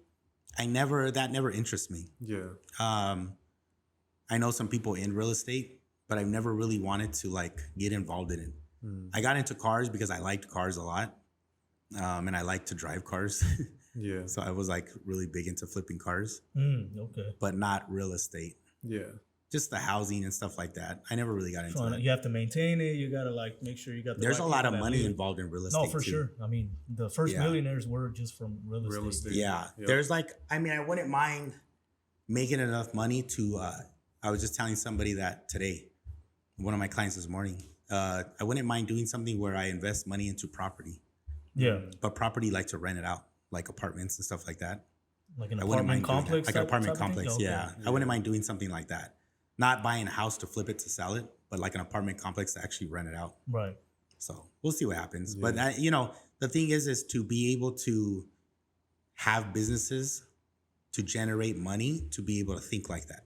Yep. Yeah, that's right. You gotta remember too, like I was also around a lot of people that talk and they don't do no action. True. It's a great thing to have an imagination. You need an imagination. Books and everything, like book smart in college, and I get that. But you got to remember, like, your knowledge can stop. Books stop. Your knowledge stops. But imagination will always keep going. That's something you'll have for the rest of your life. Facts. So you have to have your imagination going to be able to think big and dream big and then put it into play. Yeah, you have to put in the work at least. You can't just imagine it and it just stays in your brain and then that's like I tell people, don't think about something. And then when I ask you, so what are the steps to take to get that accomplished? And they say, oh, I don't know. Oh, you haven't even looked it up. Oh, yeah. Like, stop talking. Yeah. You know what I mean? Like stop do the talking. research at least. Yeah, let's start putting it into play. Because you come and ask me what are the steps to do it? That's the first thing I'm gonna ask you. What is it that you want to do? Okay. So what is it that you have to do to get that going? Mm-hmm. Well, okay, I read that you have to do. Okay, cool. So your first step is what? Oh, okay. Did you Google how to do that? What does it take? Does it take money? Do you need a loan? See, it's just step by step. Yeah. It doesn't have to be right away, but it's little baby steps to get it done. Yeah. The whole point is you can say you're doing it. The other part is don't give yourself a timeline. Don't tell yourself, well, I'm giving myself 1 year to go do this. Don't do that. Because you're basically giving yourself a gap. So that if you don't do it in the first month, well, it's okay. I have till December. Oh, 3 months went by. No, I get that, but I have until December. There's still 5 more. No. Every single day, what are you doing? Try and do something. Yeah, I want to start a podcast. I started Googling. How do you start a podcast? It starts with equipment, topics, streaming platforms. You know what I mean? Like you start going down the process. Okay, cool. Let me start with equipment. You know what I mean? Yep. Little by little. Okay, let me start thinking about topics. Let me start writing them down. Right? Okay, let me see what platforms I really want to put it in. But I got to Google the platforms and do the information on which has the biggest followings and views. Right? So that's how you do your research. And that's how you slowly start doing it little by little, one thing at a time. But if you're just going to say, I'm going to start a podcast. Oh, did you buy it? No, I haven't bought nothing yet. How much does it cost? I have no idea. I saw some stuff that were pretty expensive. You know what I mean? It's like, wait, you don't even know how much it costs? Like, no. Like, you got to start moving in that direction. Yeah. That's what I mean. That's what people fail. They talk and they talk. And it's they're like, just dude, talking. They're not what are you going to do? Plans. And I think that's what I mean, how people got mad at me. They got mad at me now recently because I'm that way. You tell me something and I'm like, dude, you're not even doing it. Are you serious about this or not? Because then don't waste my time. Yeah, facts. Well, it's just because I'm trying to get your advice. Okay, I just gave it to you. They just don't like what you have to tell them. I gave you the advice. Like so in 1 week, let me know what you've done. Then I come back in a week and I ask you, hey, what did you do? And if you turn around and tell me, oh, man, you know, what happened was my mom did blah, blah, blah. My sister, you know, that. Don't waste my time. You're not serious about it. And don't be mad when I don't talk to you no more. Yeah. You don't add value to me, so I don't need you around me, right? You're the one who came up to me and asked me for advice on what to do. So if I'm taking the time and the effort to give you that advice or help you, don't waste it. You know what I mean? Yeah. I think a lot of people too don't understand that a lot of relationships, most relationships, if anything, are based off of, what value can you give to somebody? What value can they give to you? And people get like offended when somebody, like you said, somebody doesn't give you value. And you're like, all right, you know what? Well, you're not providing anything for my life other than negativity and pulling me down. So you know what? I'm not going to really speak to you anymore. And people don't understand that most relationships are like that. You have to provide something and then they have to provide something back to you. Yeah. So for me, I agree with that point. If they're not providing something for you, then what's really the point of the relationship? It's not one-sided. Like, exactly.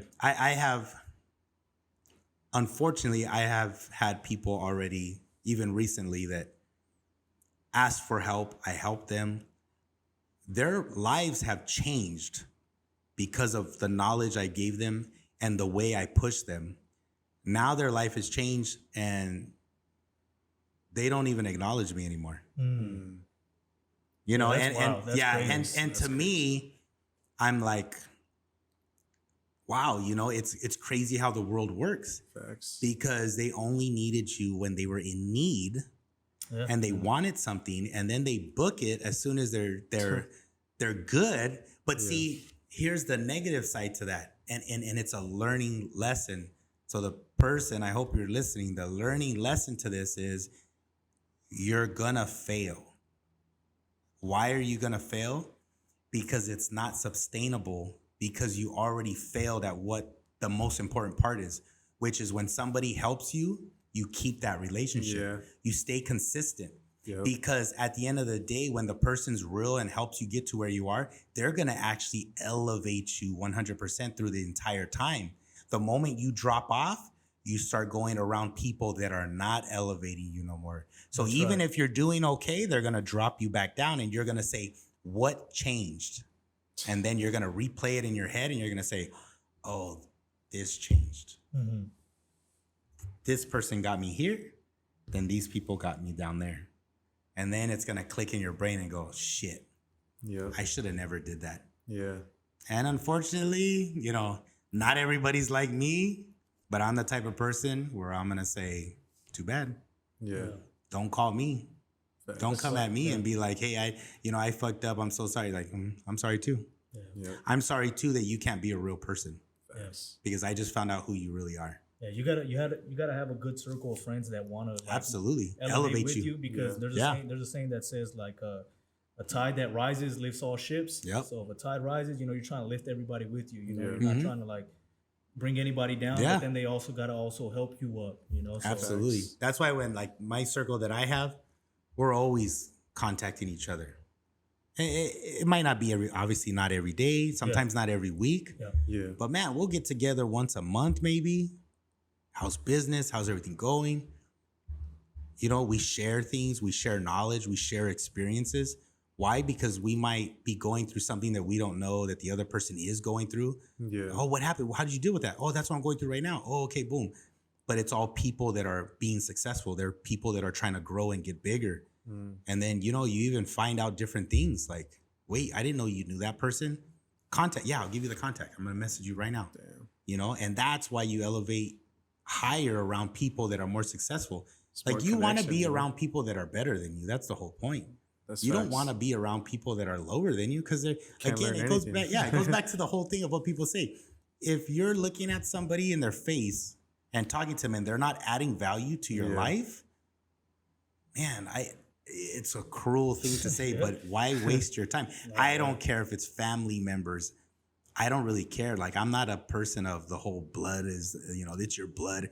Nah, it could be my blood, but my blood will actually screw me over just like anybody else. So I'm going to tell you right now, if my blood's not helping me and they're not elevating me or they're not adding value to my life, then I don't need those people around. Right. I'm trying to stay focused as much as possible. And when you're trying to stay focused, you need to have a clear mind, a clear vision. You know what I mean? So you can't have people that are like that, like in your ear, this isn't good. You shouldn't do that. How do you know? Right. Well, especially if you're not successful. Yeah, and you know your enemy's intentions more than like a friend. Absolutely. Because you know your enemy hates you, right? Right. So Yeah. you don't have to worry like what they're thinking. Yeah. That's why I always look at people and I'm like, you know, I hate to be mean, but I'm like, you know, someone will tell me, oh, you should do this, you should do that. And I just, how come it hasn't worked for you? All right, that's a good point. It's a real question. I'll be like, wait, but how come it hasn't worked for you? How come you don't do it? Yeah. And, you know, they might say like, oh, well, because I didn't. No, that's what I'm getting at is you're telling me how to do something that you yourself have not even done. Like I have this business idea. If you help me with this. Right. Like, why haven't you started? Yeah. it? Like if somebody came and told me like, I own 4 businesses, I'm a millionaire, and they tell me, I really believe after listening to me, they say, I really believe you should take this route. I'm going to give you the information to this person. You should call them. And you better believe. You're going to listen. I'm like, yeah, you're going to You know how many times I've done that? I've had somebody come and talk to me like that I've met, that somebody's introduced me to that is very successful. And I'm not even kidding you. I've been right in front of there talking, Hey, you know what? I got a guy, perfect person. He's real honest. He'll help you out with that situation. And he'll be like, do you want his number? I think that's a test. What's the number? Can I text him? Yeah, right now? Yeah. And do it on the spot. Yeah. Boom. Message comes back. Oh, they know I'm serious. Yeah. You know what I mean? And trust me, those people stick with you. Yep. You know? Facts. So I don't know. It's just things like that. Yeah. That's the business side of stuff though. Oh, the business and life. You know what I mean? It's not even just business. It's life in general. Yeah, that's how it works, man. Yeah. You know? All right. I think we're good there, Coach. That was a long episode. I mean, it was a good episode. It was man. amazing. You know, we appreciate your time. Yeah. Thank you guys for having me. Learned a lot, man. And if you want to, you know, plug your gym, your ads, and all that. Yeah. Clothing. Instagram at Motive Lab 1. And then my personal Instagram is at Trainermt. Yep. So if you want to check it out. Your YouTube, you started that? I don't have a YouTube yet. I mean, I have Motive TV. Yeah. MOTV TV. But I'll wait as far as like, there's no real videos on there or anything like that. And then you're going to start your podcast soon too. Right? Yeah, I'll start my podcast soon. Nice. And then we'll even do a podcast with you guys on it. Sure. You know, share the love. Yeah, so it'll be fun. Share some stories right there too. Yeah. You know? Yeah. And then maybe we'll come back and do some more stories. Yeah, that's right. Facts. Like a story time type. Yeah. Talk about whatever happens in the fights. Appreciate it. Oh yeah, good episode. All right. Peace. Peace out. Thanks, guys. Hello.